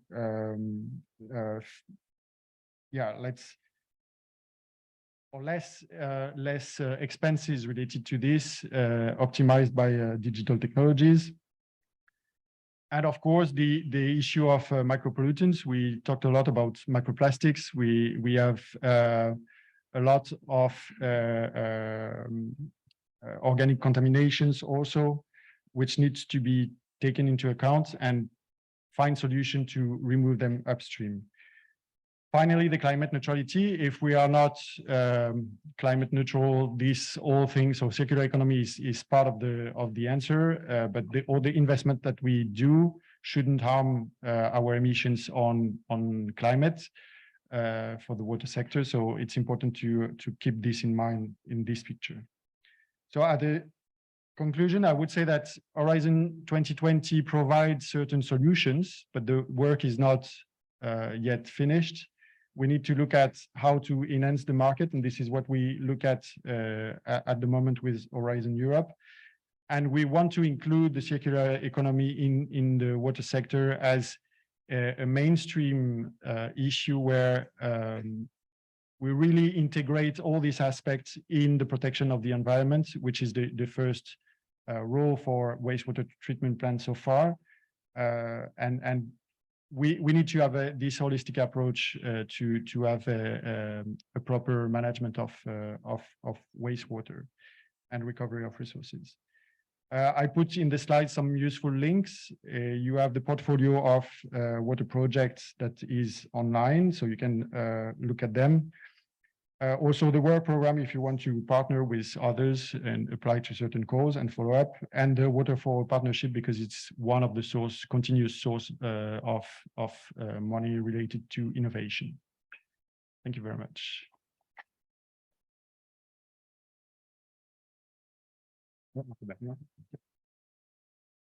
Thanks to you, Bertrand, for sharing what's in Horizon, but also in particular what you are thinking of for the future, what you are looking at. I think encouraging to hear that you think that the circularity should become again a mainstream. I'm sure that many of you have been taking notes about the opportunities that there can be. I may have questions for Bertrand, but please hold your question, because we will have again Bertrand back then at the end of this morning session for the panel discussion. So there will be opportunity to ask questions. Before that, before the panel discussion, we have 2 more presentations on concrete projects from our members that are ongoing or planned. And so we can also see what's happening on the ground.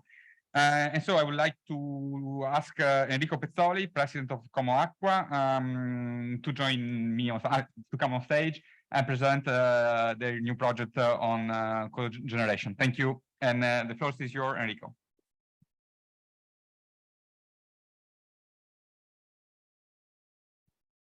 Grazie Milo, grazie ad Aqua Publica Europea per l'invito, ma soprattutto a Viveracqua e a Roberto Mantovanelli, presidente di Acque Veronesi. Mi è stato chiesto appunto di portare un caso concreto che Como Acqua sta portando avanti in termini di economia circolare, legata soprattutto alla valorizzazione dei fanghi da depurazione. Brevemente, Como Acqua è gestore del servizio idrico integrato della provincia di Como. Parliamo di 600.000 abitanti e una gestione di 147 comuni. L'obiettivo di questo progetto di economia circolare che vi mostrerò fondamentalmente nasce da 2 esigenze, me l'abbiamo visto un po' stamattina. Principalmente quello di una maggiore autonomia energetica. Sappiamo tutti quanto abbiamo sofferto l'anno scorso, ma ancora anche in parte quest'anno, derivato anche dai contratti derivati l'anno scorso, degli aumenti dei costi dell'energia elettrica. D'altra parte sappiamo tutti che come gestori del servizio idrico integrato le voci principali di spesa dei costi sono, al di là del personale, sono lo smaltimento dei fanghi, ma soprattutto i costi energetici. D'altra parte alla fine spostiamo e movimentiamo acqua reflui, acqua sporca, piuttosto che acqua pulita, acqua potabile, ma di fatto spostiamo quantità enormi di volumi d'acqua, e quindi i costi energetici sono un'incidenza nei nostri bilanci e quindi di conseguenza ricaduta tariffaria molto importante. Ma soprattutto anche l'indipendenza della gestione e smaltimento dei fanghi. Lo diceva prima, credo, il professor Canziani, che ha fatto un intervento mirato parlando appunto anche della Lombardia, dove abbiamo un sistema abbastanza, un mercato di smaltimento abbastanza, direi, oserei dire, è una parola forte, drogato, no? Siamo passati a 2015-2016 a smaltire i fanghi a 45-50 euro a tonnellata. Oggi non sono sufficienti 200-220 euro a tonnellata per riuscire a smaltirli, e quindi di conseguenza proprio nella logica di ridurre quelli che sono gli OPEX a favore dei CAPEX, quindi riuscire a ridurre il più possibile quelli che sono i costi ordinari, e nonché ovviamente importante anche il risvolto ambientale di riduzione delle emissioni climalteranti, abbiamo sviluppato questo progetto che è in corso. Tenete conto che il progetto che vedrete abbiamo avviato proprio 3 settimane fa la gara d'appalto per individuare l'impresa o le imprese che andranno a realizzarlo. I risultati attesi, ma anche i risultati che si stanno già vedendo su questo progetto sono la sinergia tra soggetti pubblici.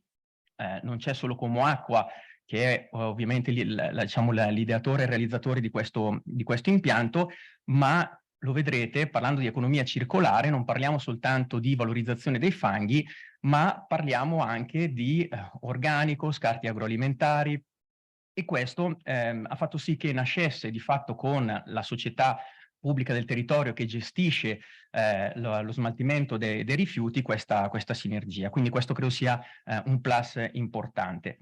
Nonché questo progetto ha avuto la fortuna e la capacità di portare a casa un finanziamento a fondo perduto pari a 10 milioni di euro dal PNRR, che consentirà ovviamente di avere uno slancio maggiore in termini di performance di business plan, quindi di rientro dell'investimento. Tenete conto che è un impianto, poi lo vedrete, che ha un quadro economico complessivo di circa 18-19 milioni di euro, quindi il 50% si può dire che verrà finanziato dal PNRR.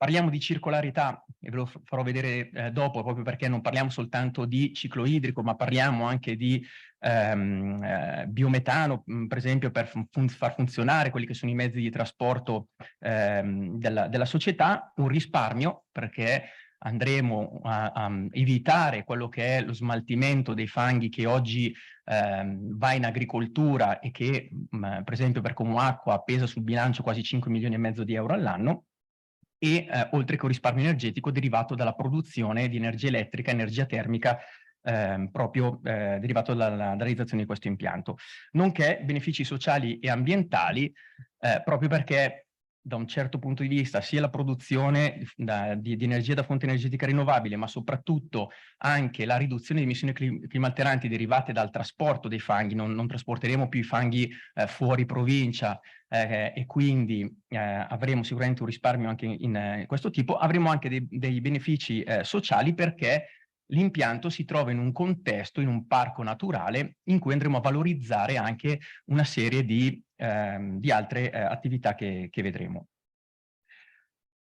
Ho cercato di riassumere in questa slide un po' quello che è diciamo così, il flowchart, il meccanismo di questo impianto, e partendo dal numero 1 andremo in poche parole a raccogliere tutti gli scarti agroalimentari, nonché l'organico della raccolta differenziata e lo scarto del verde della ramaglia, e insieme al punto numero 2, che non sono altro che i mezzi della società pubblica che appunto raccoglie l'organico, ma soprattutto quelli di Comoacqua che trasportano i fanghi che oggi vanno in agricoltura dagli nostri impianti di depurazione in agricoltura, andranno appunto in questo impianto, di cui poi ne vedremo i dettagli, e questo impianto consentirà come sottoprodotto di avere biogas, numero 3, biogas che verrà valorizzato dal punto di vista energetico, quindi punto 4, energia termica e energia elettrica. Tenete conto che in termini di generazione di energia avremo circa 2.900.000 kWh di energia elettrica e circa 3 milioni e 3 di kWh termici, ma non solo. Il biogas andrà sostanzialmente raffinato e diventerà anche biometano, quindi ciò che in eccedenza non verrà valorizzato dal punto di vista energetico, termico-elettrico, produrremo biometano, circa 750.000 normalmetri cubi, che verranno utilizzati per far funzionare la flotta veicoli delle due società. L'ulteriore eccedenza, circa 1 milione di normalmetri cubi di biometano, finirà e verrà ceduta in rete, la rete di distribuzione, in questo caso cittadina, perché l'impianto verrà localizzato presso Mariano Comense. Qui vedete la geolocalizzazione. Perché Mariano Comense? Perché è uno dei nostri impianti di depurazione. Qui vedete a destra l'impianto esistente, un impianto di depurazione, uno dei 65 impianti che gestiamo.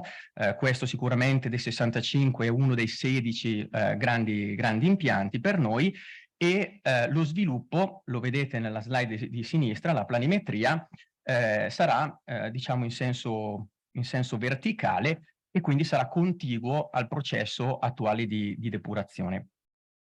Qui lo vedete, vedete sempre una planimetria dall'alto, quello che sarà lo sviluppo del fabbricato e dell'impianto. Molto importante, perché già da questa fotografia aerea vi renderete conto che siamo all'interno di un contesto molto delicato, non urbanizzato, non particolarmente urbanizzato, ma comunque all'interno, come dicevo, del Parco delle Gruane, che è un parco naturale della Lombardia.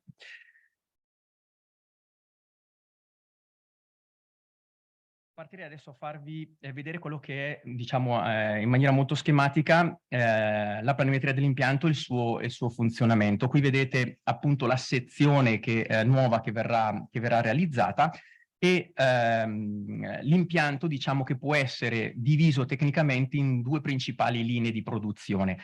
Adesso vedremo quella che è la linea A, quindi il primo processo, che è di fatto un processo di digestione anaerobica di fanghi e organico derivato dalla raccolta differenziata, che come output, quindi come uscita, avrà ammendante compostato e biometano. Quindi questa linea, questo processo ha in ingresso 10.000 tonnellate all'anno circa di organico, 14.000 tonnellate di fango che arriva appunto da tutti gli impianti di depurazione della provincia e 5.500 tonnellate all'anno di scarti del verde. E in uscita questo processo che vedremo, appunto genereremo di fatto 8.732 tonnellate anno di compost, di ammendante che verrà tra l'altro in parte regalato anche ai cittadini locali e in parte verrà utilizzato in agricoltura da agricoltori sempre locali, ma soprattutto anche una produzione di biometano, come dicevo prima, di oltre 700.000 metri cubi l'anno.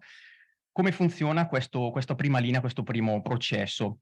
Vediamo quella che è la prima sezione, dove in poche parole abbiamo un'area di accettazione, quindi di scarico degli automezzi che portano fanghi da depurazione e organico. Ecco, tenete conto che, come avete visto dalle slide precedenti, tutto l'impianto ha la peculiarità di essere completamente, diciamo, pressurizzato, quindi tutto dove uno dei principali obiettivi era quello di mitigare, se non azzerare praticamente quelli che sono gli odori di tutto il processo. Infatti vedrete anche le altre linee, quelle di carico, scarico e altro, è tutto completamente al chiuso.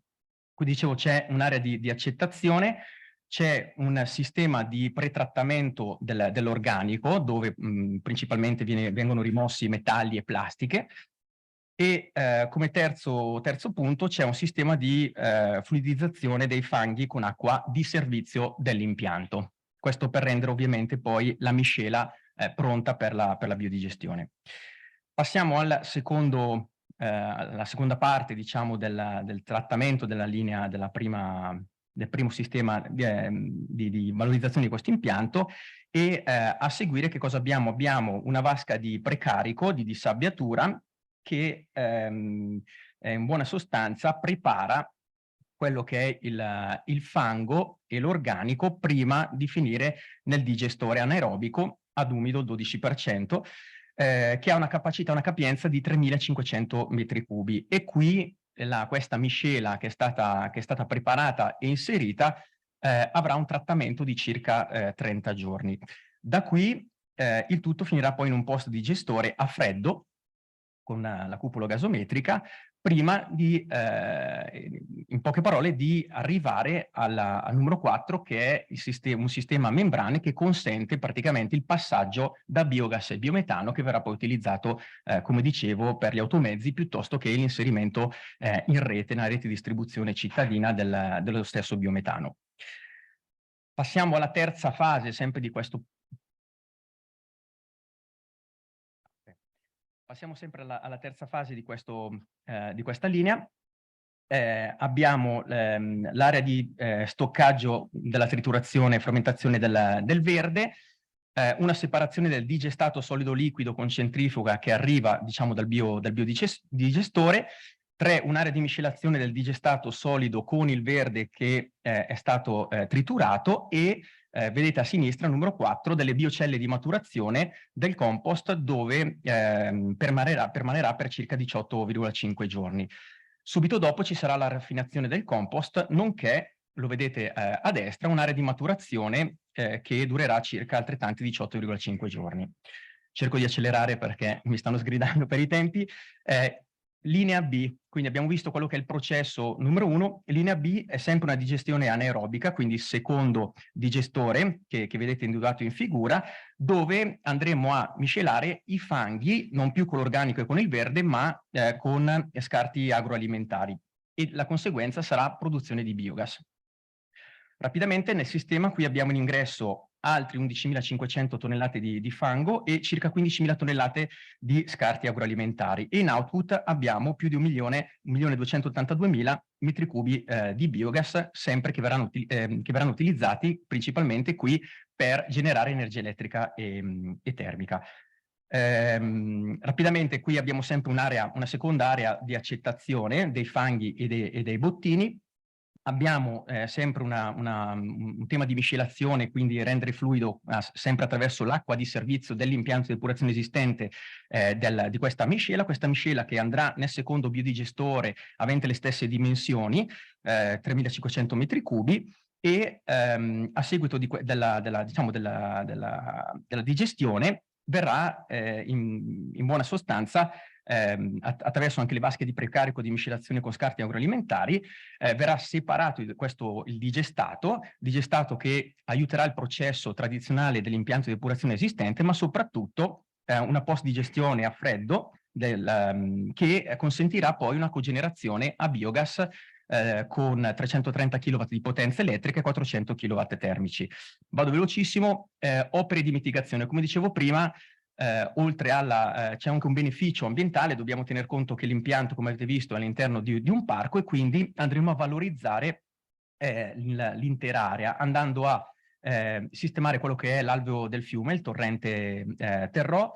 Andremo a fare un'area parcheggio nuova, una pista ciclopedonale importante all'interno del parco, un impianto di fitodepurazione che andremo a estenderlo per riuscire a diciamo, valorizzare l'area anche dal punto di vista didattico, e anche spazi gioco. Qui vedete quello che è un rendering di quello che sarà fondamentalmente l'area, l'impianto del capannone, e qui vedete quello che sarà diciamo, la nuova sagomatura, la riqualificazione dell'attuale alveo del torrente. Grazie.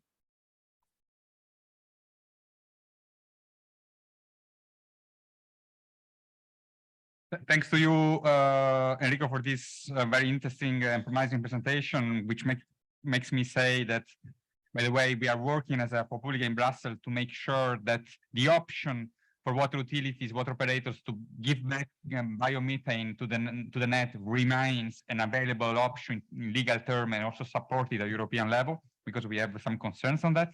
But I stop here and I immediately ask the next speaker, Marco Blasina, who is Chief Operating Officer for Wastewater at the water operator of Milan, for your presentation, please.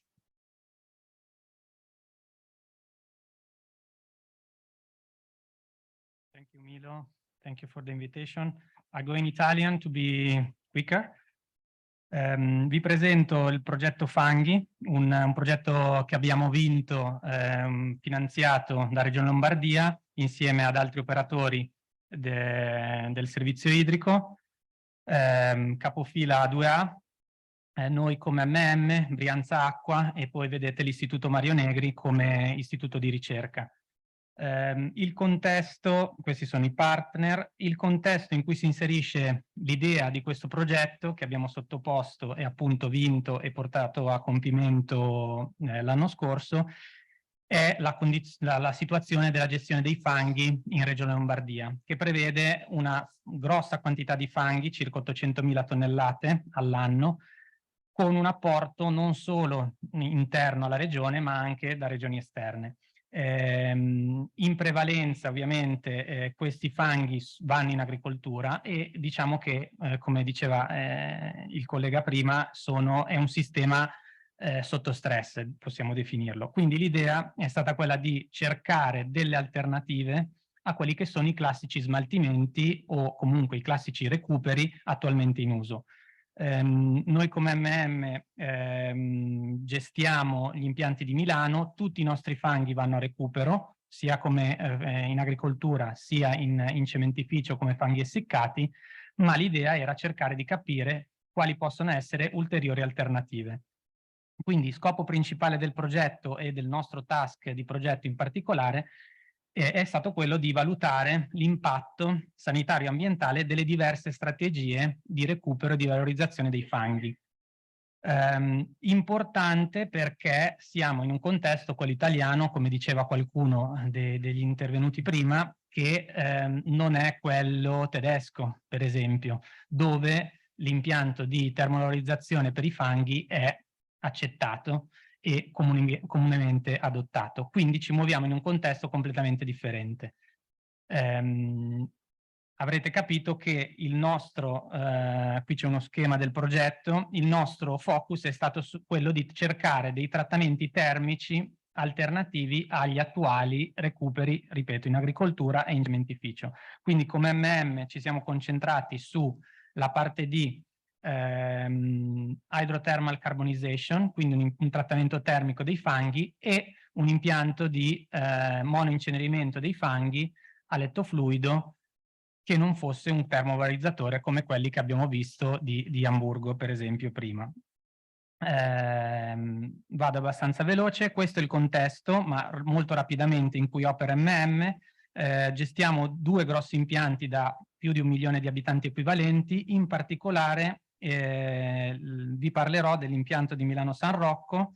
Questa è una vista aerea, molto rapidamente, per farvi capire che stiamo parlando di attualmente circa 100 milioni di metri cubi di acque reflue trattate all'anno, circa 15.000 tonnellate di fanghi disidratati che vanno in agricoltura, totalmente a recupero, alta qualità, e circa 5.000 tonnellate di fanghi essiccati che vanno in cementificio come combustibile alternativo per la produzione di cemento. Quindi diciamo una situazione abbastanza consolidata e che non ci pone in grossa difficoltà, ma sappiamo bene cosa è passato negli anni scorsi, sappiamo bene quanto è drogato, e riprendo la stessa parola forte, il mercato dei fanghi in questo periodo, e quindi di qui la necessità di cercare delle vie alternative. Ripeto e stresso la parola alternative. E forse questo il punto cruciale per un gestore, a mio avviso, cioè avere una possibilità di differenziare le uscite dei fanghi. Questo è veramente cruciale. Quindi il primo impianto a scala reale, ma pur sempre un pilota, che abbiamo installato per un periodo di tempo l'anno scorso, è questo di Terranova Energy, un fornitore che abbiamo trovato sul mercato con gara, un impianto di HTC che di base porta il fango a alta temperatura, 160-180 gradi, e alta pressione, 20-25 bar, non altissime, ma insomma media pressione e media temperatura, con lo scopo di produrre un hydrochar finale, quindi un biocarbone, chiamiamolo così. L'idea era quella di capire se effettivamente il sistema, torno indietro di una slide, avesse e raggiungesse davvero le performance che sono il claim sulla carta dei produttori di questa tecnologia. La risposta è sì, posso dirvi. Quindi molto interessante la riduzione della massa totale come solidi del 30%, e molto interessante il fatto che dal fango disidratato in ingresso si ottiene questo chiamato slurry, quindi un liquido, dal quale è abbastanza facile estrarre fosforo, e una volta pressato ne risulta questo biocarbone a circa il 55-60% di siccità, pressato con le macchine già presenti sull'impianto di depurazione. Ok? Certo, ci sono i contro della medaglia, che sono, vedete, l'acqua, tra molte virgolette, di risulta, perché chiamarla acqua di risulta è un eufemismo. L'altro grosso punto debole, se volete, è il fatto che l'hydrochar, pur avendo delle caratteristiche che lo rendono ancora idoneo per il recupero in agricoltura, attualmente non ha un mercato e non ha una via aperta verso l'agricoltura.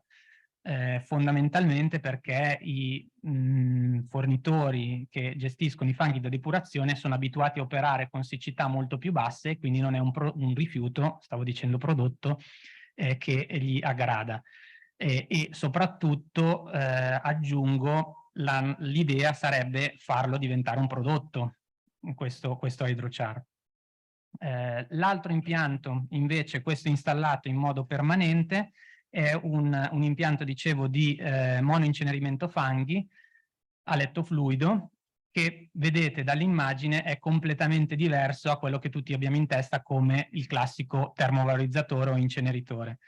Questo perché? Perché abbiamo voluto cercare, e qui sta un po' la parte di sperimentazione, perché altrimenti mi dite sì, ma benissimo, i termovalorizzatori ne è pieno il mondo, no? Non stai facendo nulla di nuovo. Invece l'idea è stata quella di partire innanzitutto dai fanghi già presenti e già prodotti dall'impianto di depurazione, quindi disidratato al 25% circa e fanghi essiccati al 90% circa in polvere, che ora sono mandati all'esterno. Mantenerli e trattarli all'interno dell'impianto di depurazione con un impianto che fosse una sorta di add-on alla linea fanghi esistente, quindi concependolo proprio come aggiungo una macchina alla linea fanghi esistente. Poi la normativa italiana 152 prevede che comunque debba avere l'autorizzazione per il trattamento fanghi, sì, va bene, l'abbiamo ottenuta, ok, ma concettualmente è un impianto del tutto analogo per complessità e per footprint a quello che può essere un essiccatore fanghi, anzi forse da gestire direi anche più facile, perché ha un forno refrattario ad acciaio, quindi permette delle accensioni e spegnimenti relativamente rapidi, viene gestito da un operatore, che abbiamo lasciato lì nella foto, povero accovacciato in basso, da solo, ma viene gestito da lunedì al venerdì con orario diurno, quindi non serve la copertura H24, e ripeto, può andare ad utilizzare i due rifiuti / prodotti, però ancora rifiuti, che sono i nostri fanghi disidratati e fanghi essiccati, combinandoli insieme per raggiungere autotermia e quindi garantirci, vedete, i due fanghi in ingresso, quindi garantirci ceneri in uscita, non pericolose, circa il 10% del fango in ingresso, energia in termini di acqua calda da recuperare per usi interni, e cosa interessante, dalle ceneri abbiamo portato avanti tutta una serie di attività di ricerca e sviluppo sulla possibile, in primis, estrazione di fosforo. E su questo mi voglio soffermare un attimino, nel senso che, senza entrare nel tecnico, abbiamo estratto appunto fosforo sia dallo slurry dell'hydrothermal carbonization, sia dalla parte di ceneri. Qui ci sono le ceneri. Ora, è vero, il fosforo è una materia critica, era stato il nostro primo obiettivo, ma stresserei il fatto sulla frase, mi spiace in italiano, in basso, che dice di base che oltre all'estrazione del fosforo dalle ceneri c'è molto altro che si può fare con le ceneri. Anche lasciandole così come sono, ci sono molti altri impieghi. Stiamo lavorando molto su questo. Sono per ora un rifiuto che va a recupero, quindi anche qui non dobbiamo andare verso la discarica, è non pericoloso, e stiamo trovando degli impieghi come prodotto, quindi come end of waste, molto molto interessanti, perché sono ceneri di buona qualità, chiamiamole così, di fanghi, solo fanghi, con una consistenza molto fine, molto simile ai filler, e quindi potrebbero trovare dei vari impieghi. Questo per dire che non è detto, a mio avviso, che bisogna concentrarsi così tanto sull'incenerimento solo volto all'estrazione di fosforo dalle ceneri, ma si può anche pensare che il fosforo venga estratto prima in altre linee e poi le ceneri vengano destinate magari ad altri destini. Quindi anche sulla parte di monoincenerimento avevamo dei dubbi sul fatto che si potesse raggiungere agevolmente l'autotermia, avevamo non dei dubbi, ma eravamo così ragionevolmente preoccupati sulla parte emissiva, e Regione Lombardia ci ha dato l'autorizzazione con le norme più restrittive, assolutamente con uno SME al camino che monitorino in continuo, come se fossimo un termovalorizzatore a piena scala. Vi posso dire che è stato abbastanza facile fare lo startup e mettere a regime l'impianto, grossi problemi non ce ne sono, come Amburgo siamo ordini di grandezza sotto ai limiti previsti, quindi questo è abbastanza facile. In conclusione, un minuto, in conclusione, l'idea è stata quella, e lo ripeto, e stresso la parola alternativa ai recuperi in agricoltura e in cementificio, che a nostro avviso vanno mantenuti. Per il fango di qualità va benissimo l'agricoltura, per il fango con alto potere calorifico va benissimo il cementificio.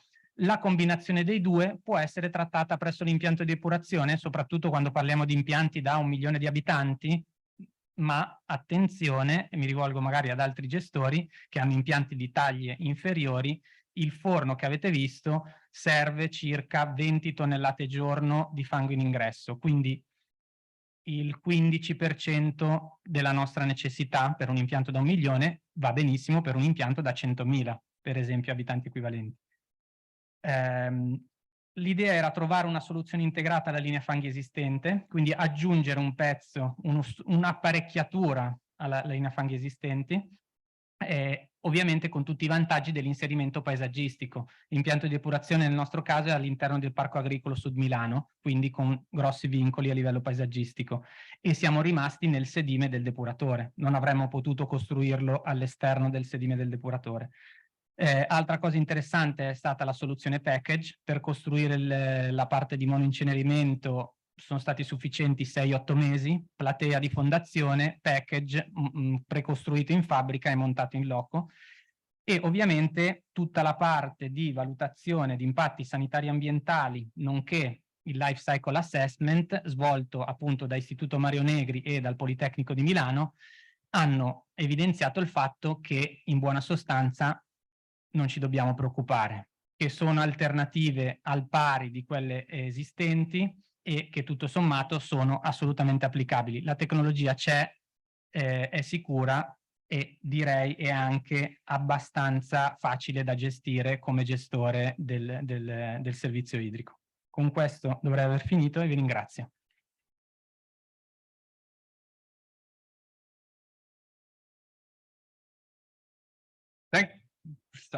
Thanks a lot, Marco, for this very interesting and project proposing alternative also view and avenues to address some of the issues that we were discussing today, and that, at least from my point of view, is a nice link to the last session of this seminar. First, because I mean, regarding the issue of maybe finding alternative way to recover phosphorus before house incineration, and also the fact of finding solution for smaller treatment plant, this chime in a bit with what I think also the European Commission is looking at for the future in terms of research and development. And also because of what you were saying, Marco, about the fact that hydrochar for the time being is not yet has not yet a stable outlet in the market, tell us a bit something that we need to address, the fact that maybe sometimes technologies are available, but there are other issues, other market conditions or regulatory conditions that might hamper the uptake of this solution. And this is indeed what we are going to explore in the last session, in the panel session. And I would like to ask the panelists to join me on the table.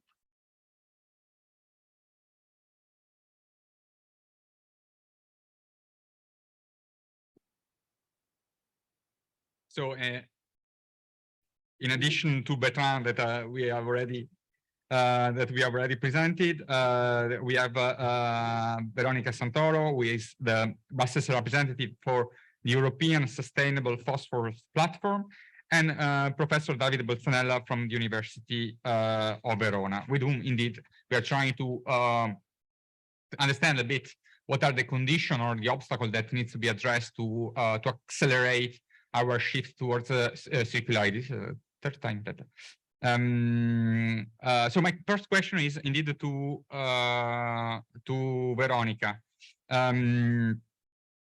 So your association, sorry, there is. Could you please switch off the phone, please?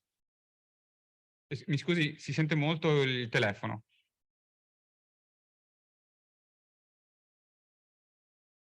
Grazie. Yeah, sorry. Your ESPP, the mission of ESPP is to promote a sustainable management of phosphorus. But can you tell us more why this is important from your perspective? I mean, why your organization is pursuing this objective and what you are doing to this end. Thanks, Veronica. Yes, of course. Thank you, Milo, for the kind introduction, for the invitation, and good morning, everyone. Yes, of course, I can tell you something about the European Sustainable Phosphorus Platform. We are an organization that promotes phosphorus sustainability and nutrient circularity in Europe. We are 100% funded by our own members, which are almost 50, and they represent the industry, including the water, thank you, wastewater industry, fertilizers, chemicals, recycling industry, and also research projects, research institutes, and cities and regions. We work together with many platforms that are out there in Europe regarding phosphorus and nutrients, including the Italian one that has just recently restarted its activities. So the need to increase the circularity of nutrients, I think it has become really evident recently, first because of the fertilizer crisis, fertilizer supply and price crisis, and together with the concerns on food security and food prices following the Russian attack on Ukraine. However, we think this is a favorable moment for the nutrients because the European Commission has many major policies on the table that are relevant to nutrients, and we heard this morning about the Urban Wastewater Treatment Directive, also the evaluation of the Sewage Sludge Directive, but there are many others, including the Integrated Nutrient Management Action Plan, which I know Wolfgang will say something later, that should come together with the soil health law, and also the taxonomy, critical raw materials, which are all policies that ESPP tried to give some input to together with our members. Concerning phosphorus circularity is of course essential because of mainly two reasons. The first is that phosphorus is a limited resource, and that we are mainly relying on imports from outside EU, and also most of the phosphorus that is mined go to water streams, and there it creates really great environmental damages that are increased by climate change. And you know, like a dog that chases its own tails, these damages can have an effect in accentuating the climate change problem. So the water sector is of course central to phosphorus recycling, and I've been asked to give you some examples of what is going on out there in Europe. So I put together a few slides. If I can go on, okay. So I wanted to start with this example that was already cited this morning by the European Commissioner, which is the example of Sweden. Of course, one option you have to recover phosphorus and nitrogen and organic carbon is use the biosolids, sewage biosolids in agriculture. And in Sweden, they have this really nice certified system to ensure the high quality of the digestate coming from sewage sludge digestion. And then there, more than 50% of the sewage from Sweden goes through certified sewage works, and they managed to put back to agriculture more than 1,600 tons of phosphorus per year.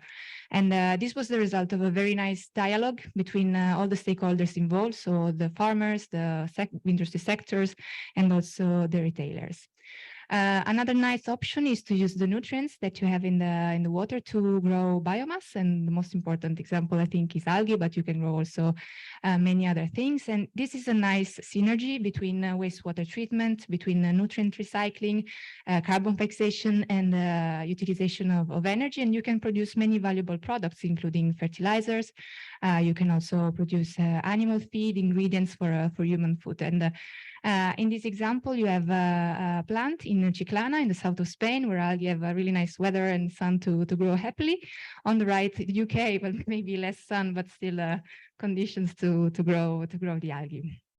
If there is a lot of soluble phosphorus in the water streams, which is the case of plants that operate biological phosphorus removal, you can also think about dosing some magnesium and precipitate the phosphorus together with the nitrogen that is already present to create struvite, which is a magnesium ammonium phosphate, which is nice because it can be used as directly as a fertilizer because it is plant available, and it is also slow release phosphorus fertilizer. And there are many plants, more than 100 that precipitate struvite around the world. The ones that I proposed here are from a small medium enterprise in Belgium, one from Denmark, and another, the last one, from the Netherlands, where they produce this pearl-like struvite, which roots seem to quite like. So this is demonstration of the plant availability, which is important, of course, in this field. If we go to higher temperature, it was cited this morning also pyrolysis, so where you produce biochar, which has the positive aspect of fixing carbon in the long term, carbon that you can give back to soil, of course, together with phosphorus. And this example is from a German company which sells pyrolysis unit. They sold many around the world, but 7 of these treat sewage sludge.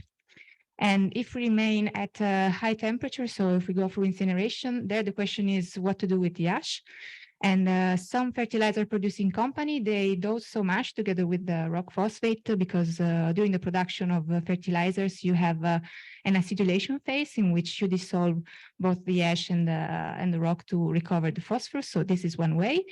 Another way is one here in the slide. So again, go through the dissolution in acid of the ash, but to produce other products. So in the example on the left, there is a Swedish company. They managed to recover really high quality calcium phosphate, and they also managed to recover iron and aluminum that they can use again in the process, and they also get rid of heavy metals. And on the right, a company from Germany, they produce phosphoric acid. So remaining also in Germany, another thing you can do is trying to modify the incineration process to increase the availability of phosphorus to plant, because of course that is an important issue talking about phosphorus. So on the left, there's a company that produces calcium sodium phosphate, which is available to plants introducing a sodium carrier in the incineration process. And on the right, the use of chlorides to also get rid of heavy metal content, which is another important issue in this topic. And finally, other technologies that are under development, but many are also really developed. Of course, I did not cite the use of iron and aluminum because those are the mostly used.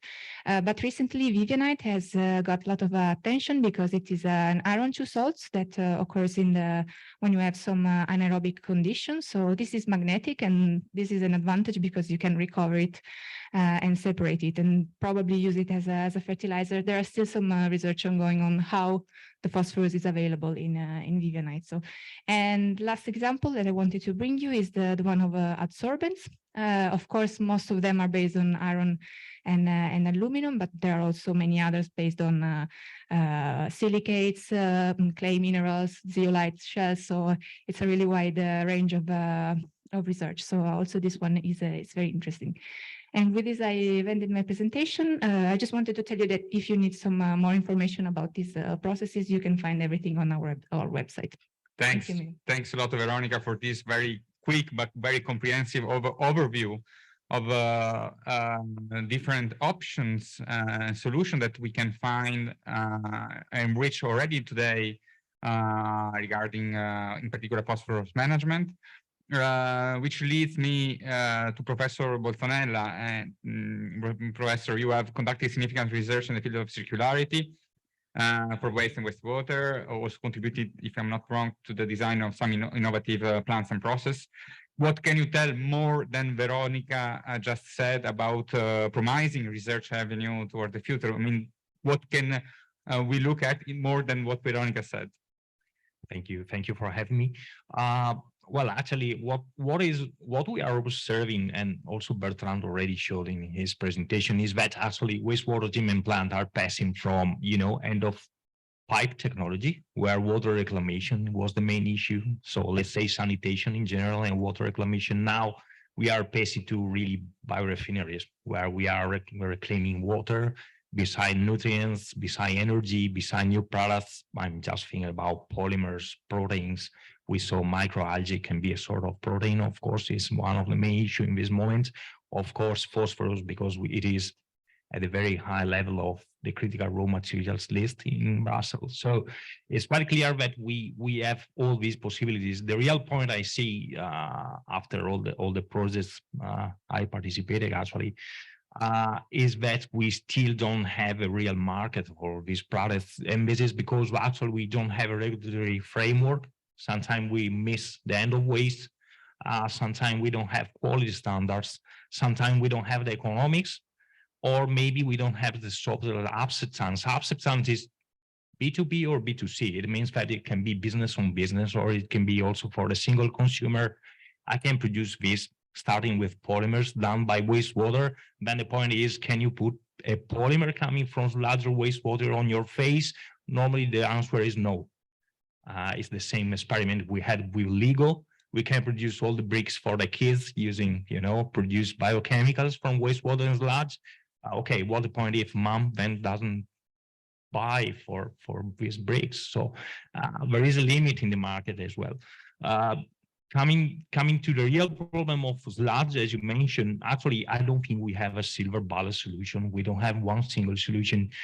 Normally, solution we saw this morning, anaerobic digestion, incineration, THC processes. You can use it for cement production or whatever. The real point is that all these solutions are very, very local. You have boundary constriction, you have regulatory constraints, you have a number of issues. Sometimes just transportation can be an issue. Okay, so you have a number of reasons why one solution is better than another in a site or another. So I don't see any single solution, as we discussed this morning. Of course, the easy one is the direct use of sludge on agriculture. But unfortunately, this is probably not possible in this moment. If I discuss with people out there, agriculture and farmers, probably they don't want any more of this kind of materials on their fields. So what's the other solution? Of course, you go for incineration or thermochemical processes where this material disappear. Of course, there is nothing magic, can't disappear. You will have some residual material beside the energy, which is the important part of the process. So if I can just come to a single suggestion to the DG, after years of projects, I think we have some very important points, some very important messages. I participated to Smart Plant in Jerusalem or Rose before, all these kind of projects. I think it is time to have something like, a flagship project where you come into real world, you have full-scale application of some of the technology we started in these years. I think it is time to jump and go to a TRL 8, 9 probably. So it is time to look at the moon maybe, but it's probably the right moment. Thank you. Thanks to you, David, and which now leaves Bertrand in the difficult situation of, but before, thanks, David, because you are already a bit anticipating or leading us towards the end of the seminar and the conclusion then. Of course, I will let Bertrand react to that, but next to the answer to the suggestion of Professor Bozzonella, we have been discussing, we mentioned now even a previous session about also the limits, some also regulatory constraints. Can you tell us, a bit more, even though this is not your responsibility in the Commission, but if there are other policies that are currently under revision or on the pipeline of the European institution that may address some of the constraints and barriers that we have been discussing. But then, of course, please don't hesitate to react to that. Yes. So first reaction to David. As I said, I think this is indeed what we want to look at and to really mainstream the solution exists. We see the barriers on the market. In our remit of DG RTD, we are focused on research and innovation, and we have other funding program that allow for full scale. I think about LIFE program, Interreg, that are really focused on regional needs. And as you said, I think there's a real local component in the business case that we see in circular economy. It doesn't mean that we cannot open to other things, and I think what we try to achieve with the CSA is typically this. So to try to upscale. So flagship initiative, I don't know, but we certainly know where we have to go, and this coming back from the project that have been financed. We need a bit more guidance, and probably the CSA will end up with this. I would encourage all researchers to provide input on what you see, where we should go, because this is also one of the issues for our DG to really have a good picture of where we need to go coming back from the project. Now, if I'm looking at the question of Milo, I think we have several things in the pipeline. We already talked about the soil health law that is supposed to come. It's in inter-service consultation for the moment, so there is no decision. The name is not chosen. But in general, I think what I can say is that it's coming from the evaluation that 60 to 70% of the EU soil are not healthy in Europe, and not. We have some solution in certain piece of legislation, but they are not integrated and not necessarily focused really on the soil health. So if we think about the sewage sludge directive, it's one application, one sector. There is no integration of this. So what this soil health law is looking at is a bit the approach of the Water Framework Directive. So first of all, it's defining what is a healthy soil, defining where they are, what are the stages, so a bit of mapping and implement some monitoring, so we have a picture and we can see the progress and what measures will give to this.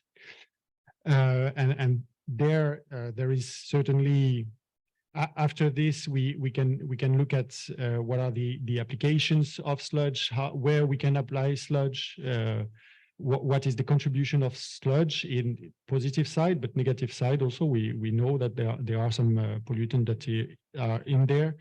And to look at this, I would also look at the INMAP that Veronica mentioned. So INMAP is for Integrated Nutrient Management Action Plan.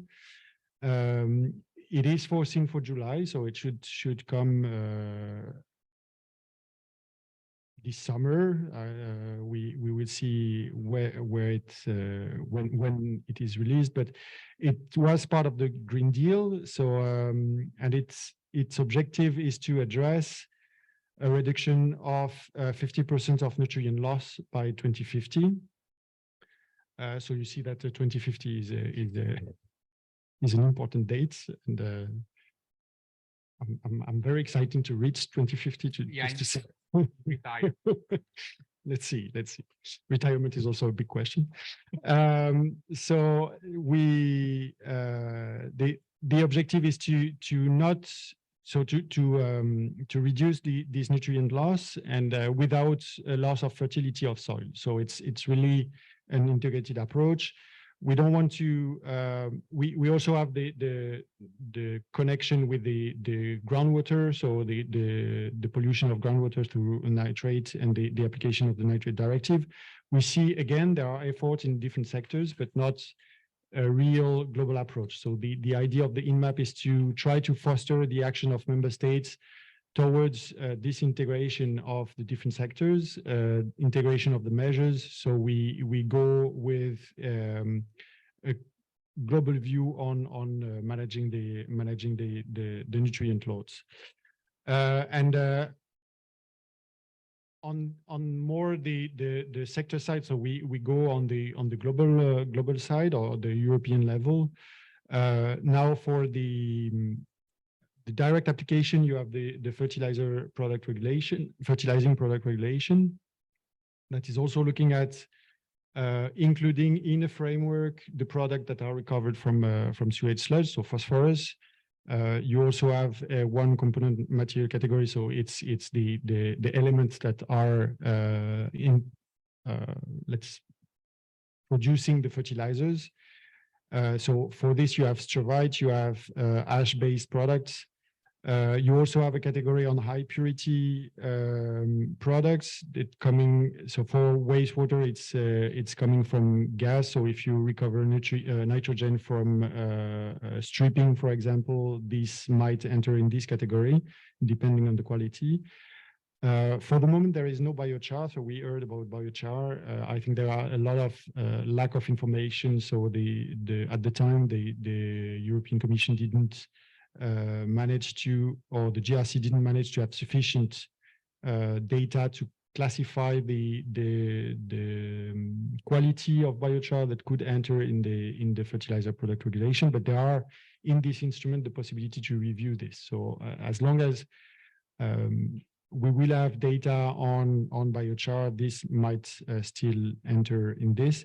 Digestate and compost were not included for wastewater streams.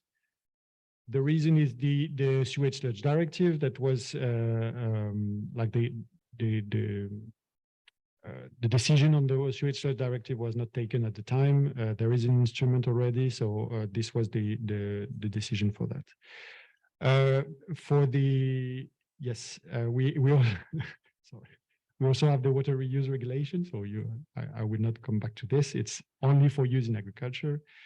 And again, one side that is I'm very fan of is controlling pollution at source. So we have the industrial emission directive that is looking at connection of industries to sewer, so indirect release, and try to have a better control of this in this.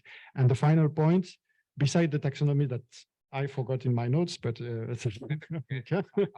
yes, we have Repower EU. So I just wanted to flag this because in September last year there was the creation of the biomethane industry partnership, and it struck me that there is no representative of the water sector in this. So we are producing biogas, but we are not represented in this partnership. So I think it would be for the water sector a good avenue to explore in order to highlight the biogas that we are producing and the benefit that it can bring to Europe autonomy.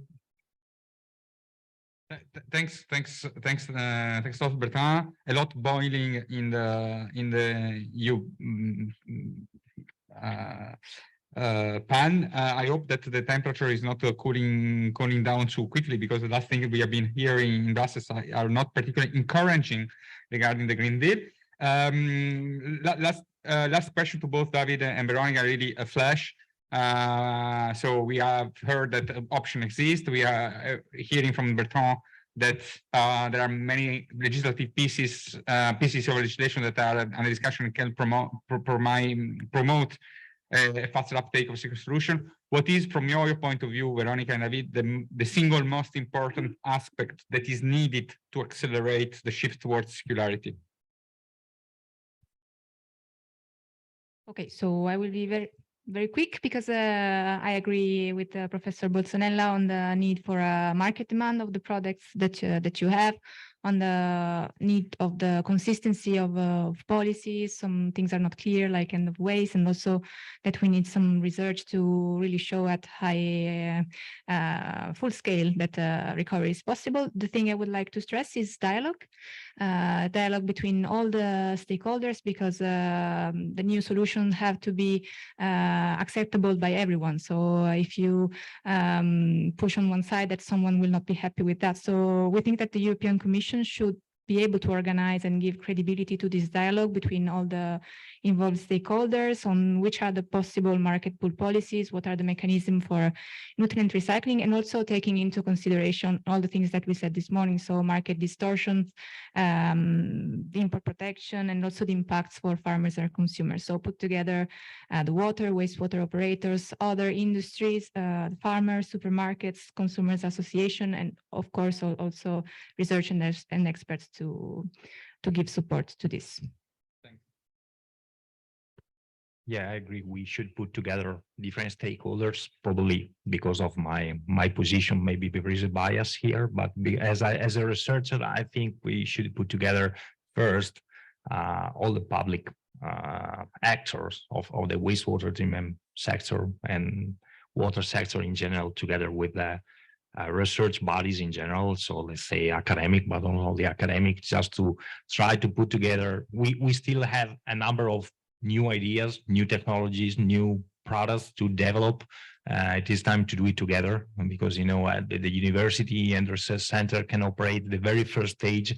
After that, we have to go to pilot and demonstration level. In that case, we need the direct involvement of wastewater industry. Thanks a lot, David. Last, you would add something to what David and Veronica just said? Also as an expert, not just as a commission representative, as a water expert. No, I think the one thing that I think should be looked at is the gathering of the material. So in order to enhance how we can organize to make enough production so that there is an interest for the market and that the volume are increasing. And it's I mean, we need some centralization. In which form I don't know, but there is a link with the legislation, and the Industrial Emission Directive is entering in the spectrum as soon as you collect things. So it's not easy, but I think this is one of the paths that should be looked at. Thanks a lot. Thanks a lot to you, to our speakers for this, I think, very fruitful morning of work. I mean, a lot of food for thought. I stop here. As I mentioned before, all materials and report of the seminar will be available soon. And now I hand over to President Roberto Mantelvanelli for the conclusion. Thanks a lot.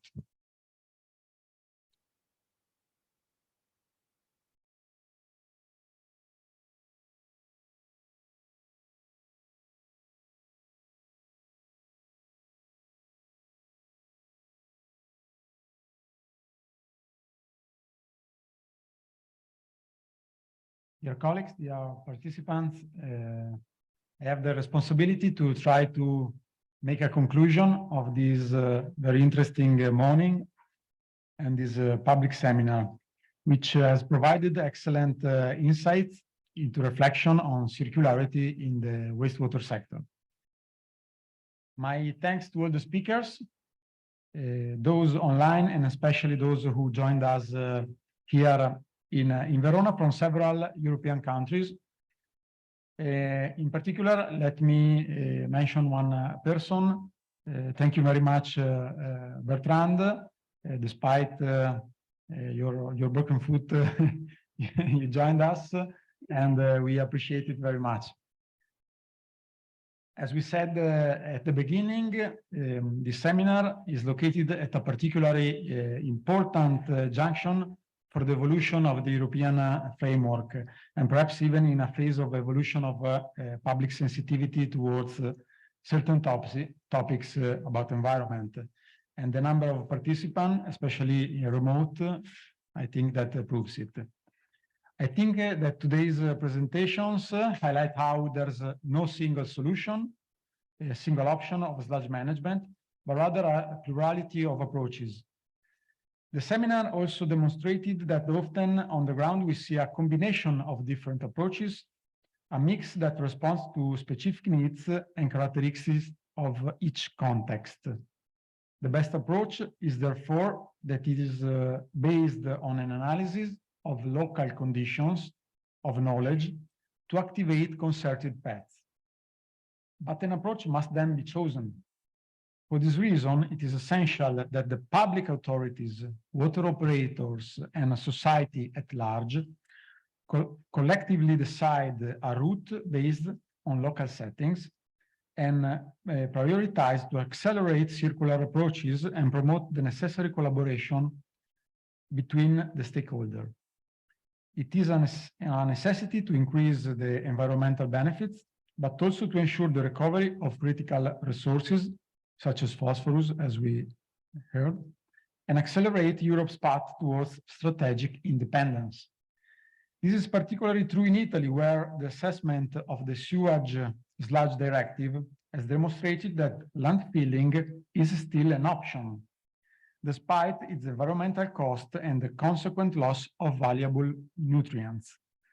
We have important skills, scientific and industrial, in our territories, on the basis of the knowledge that science can offer us and of our know-how. It's time to mobilize the resources to accelerate our transition to a circular economy.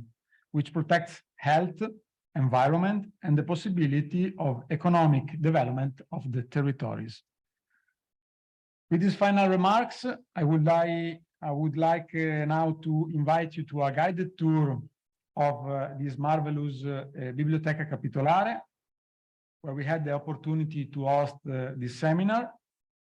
We will be divided in two groups, one in Italian language and one for the English language. We can meet downstairs, the Italian language in the green room, and the English language down outside in the garden. Then we have a lunch where you will have the opportunity to expand on this morning discussion with colleagues. After lunch, the members of the management board of Aqua Publica Europea will meet from 2 to 2:30 p.m. for a short meeting, after which all members will be invited to participate to the general meeting from 2:30 to 5 p.m. I wish you a pleasant visit to the library, and I'll wait you see you again in the late afternoon. Thank you very much.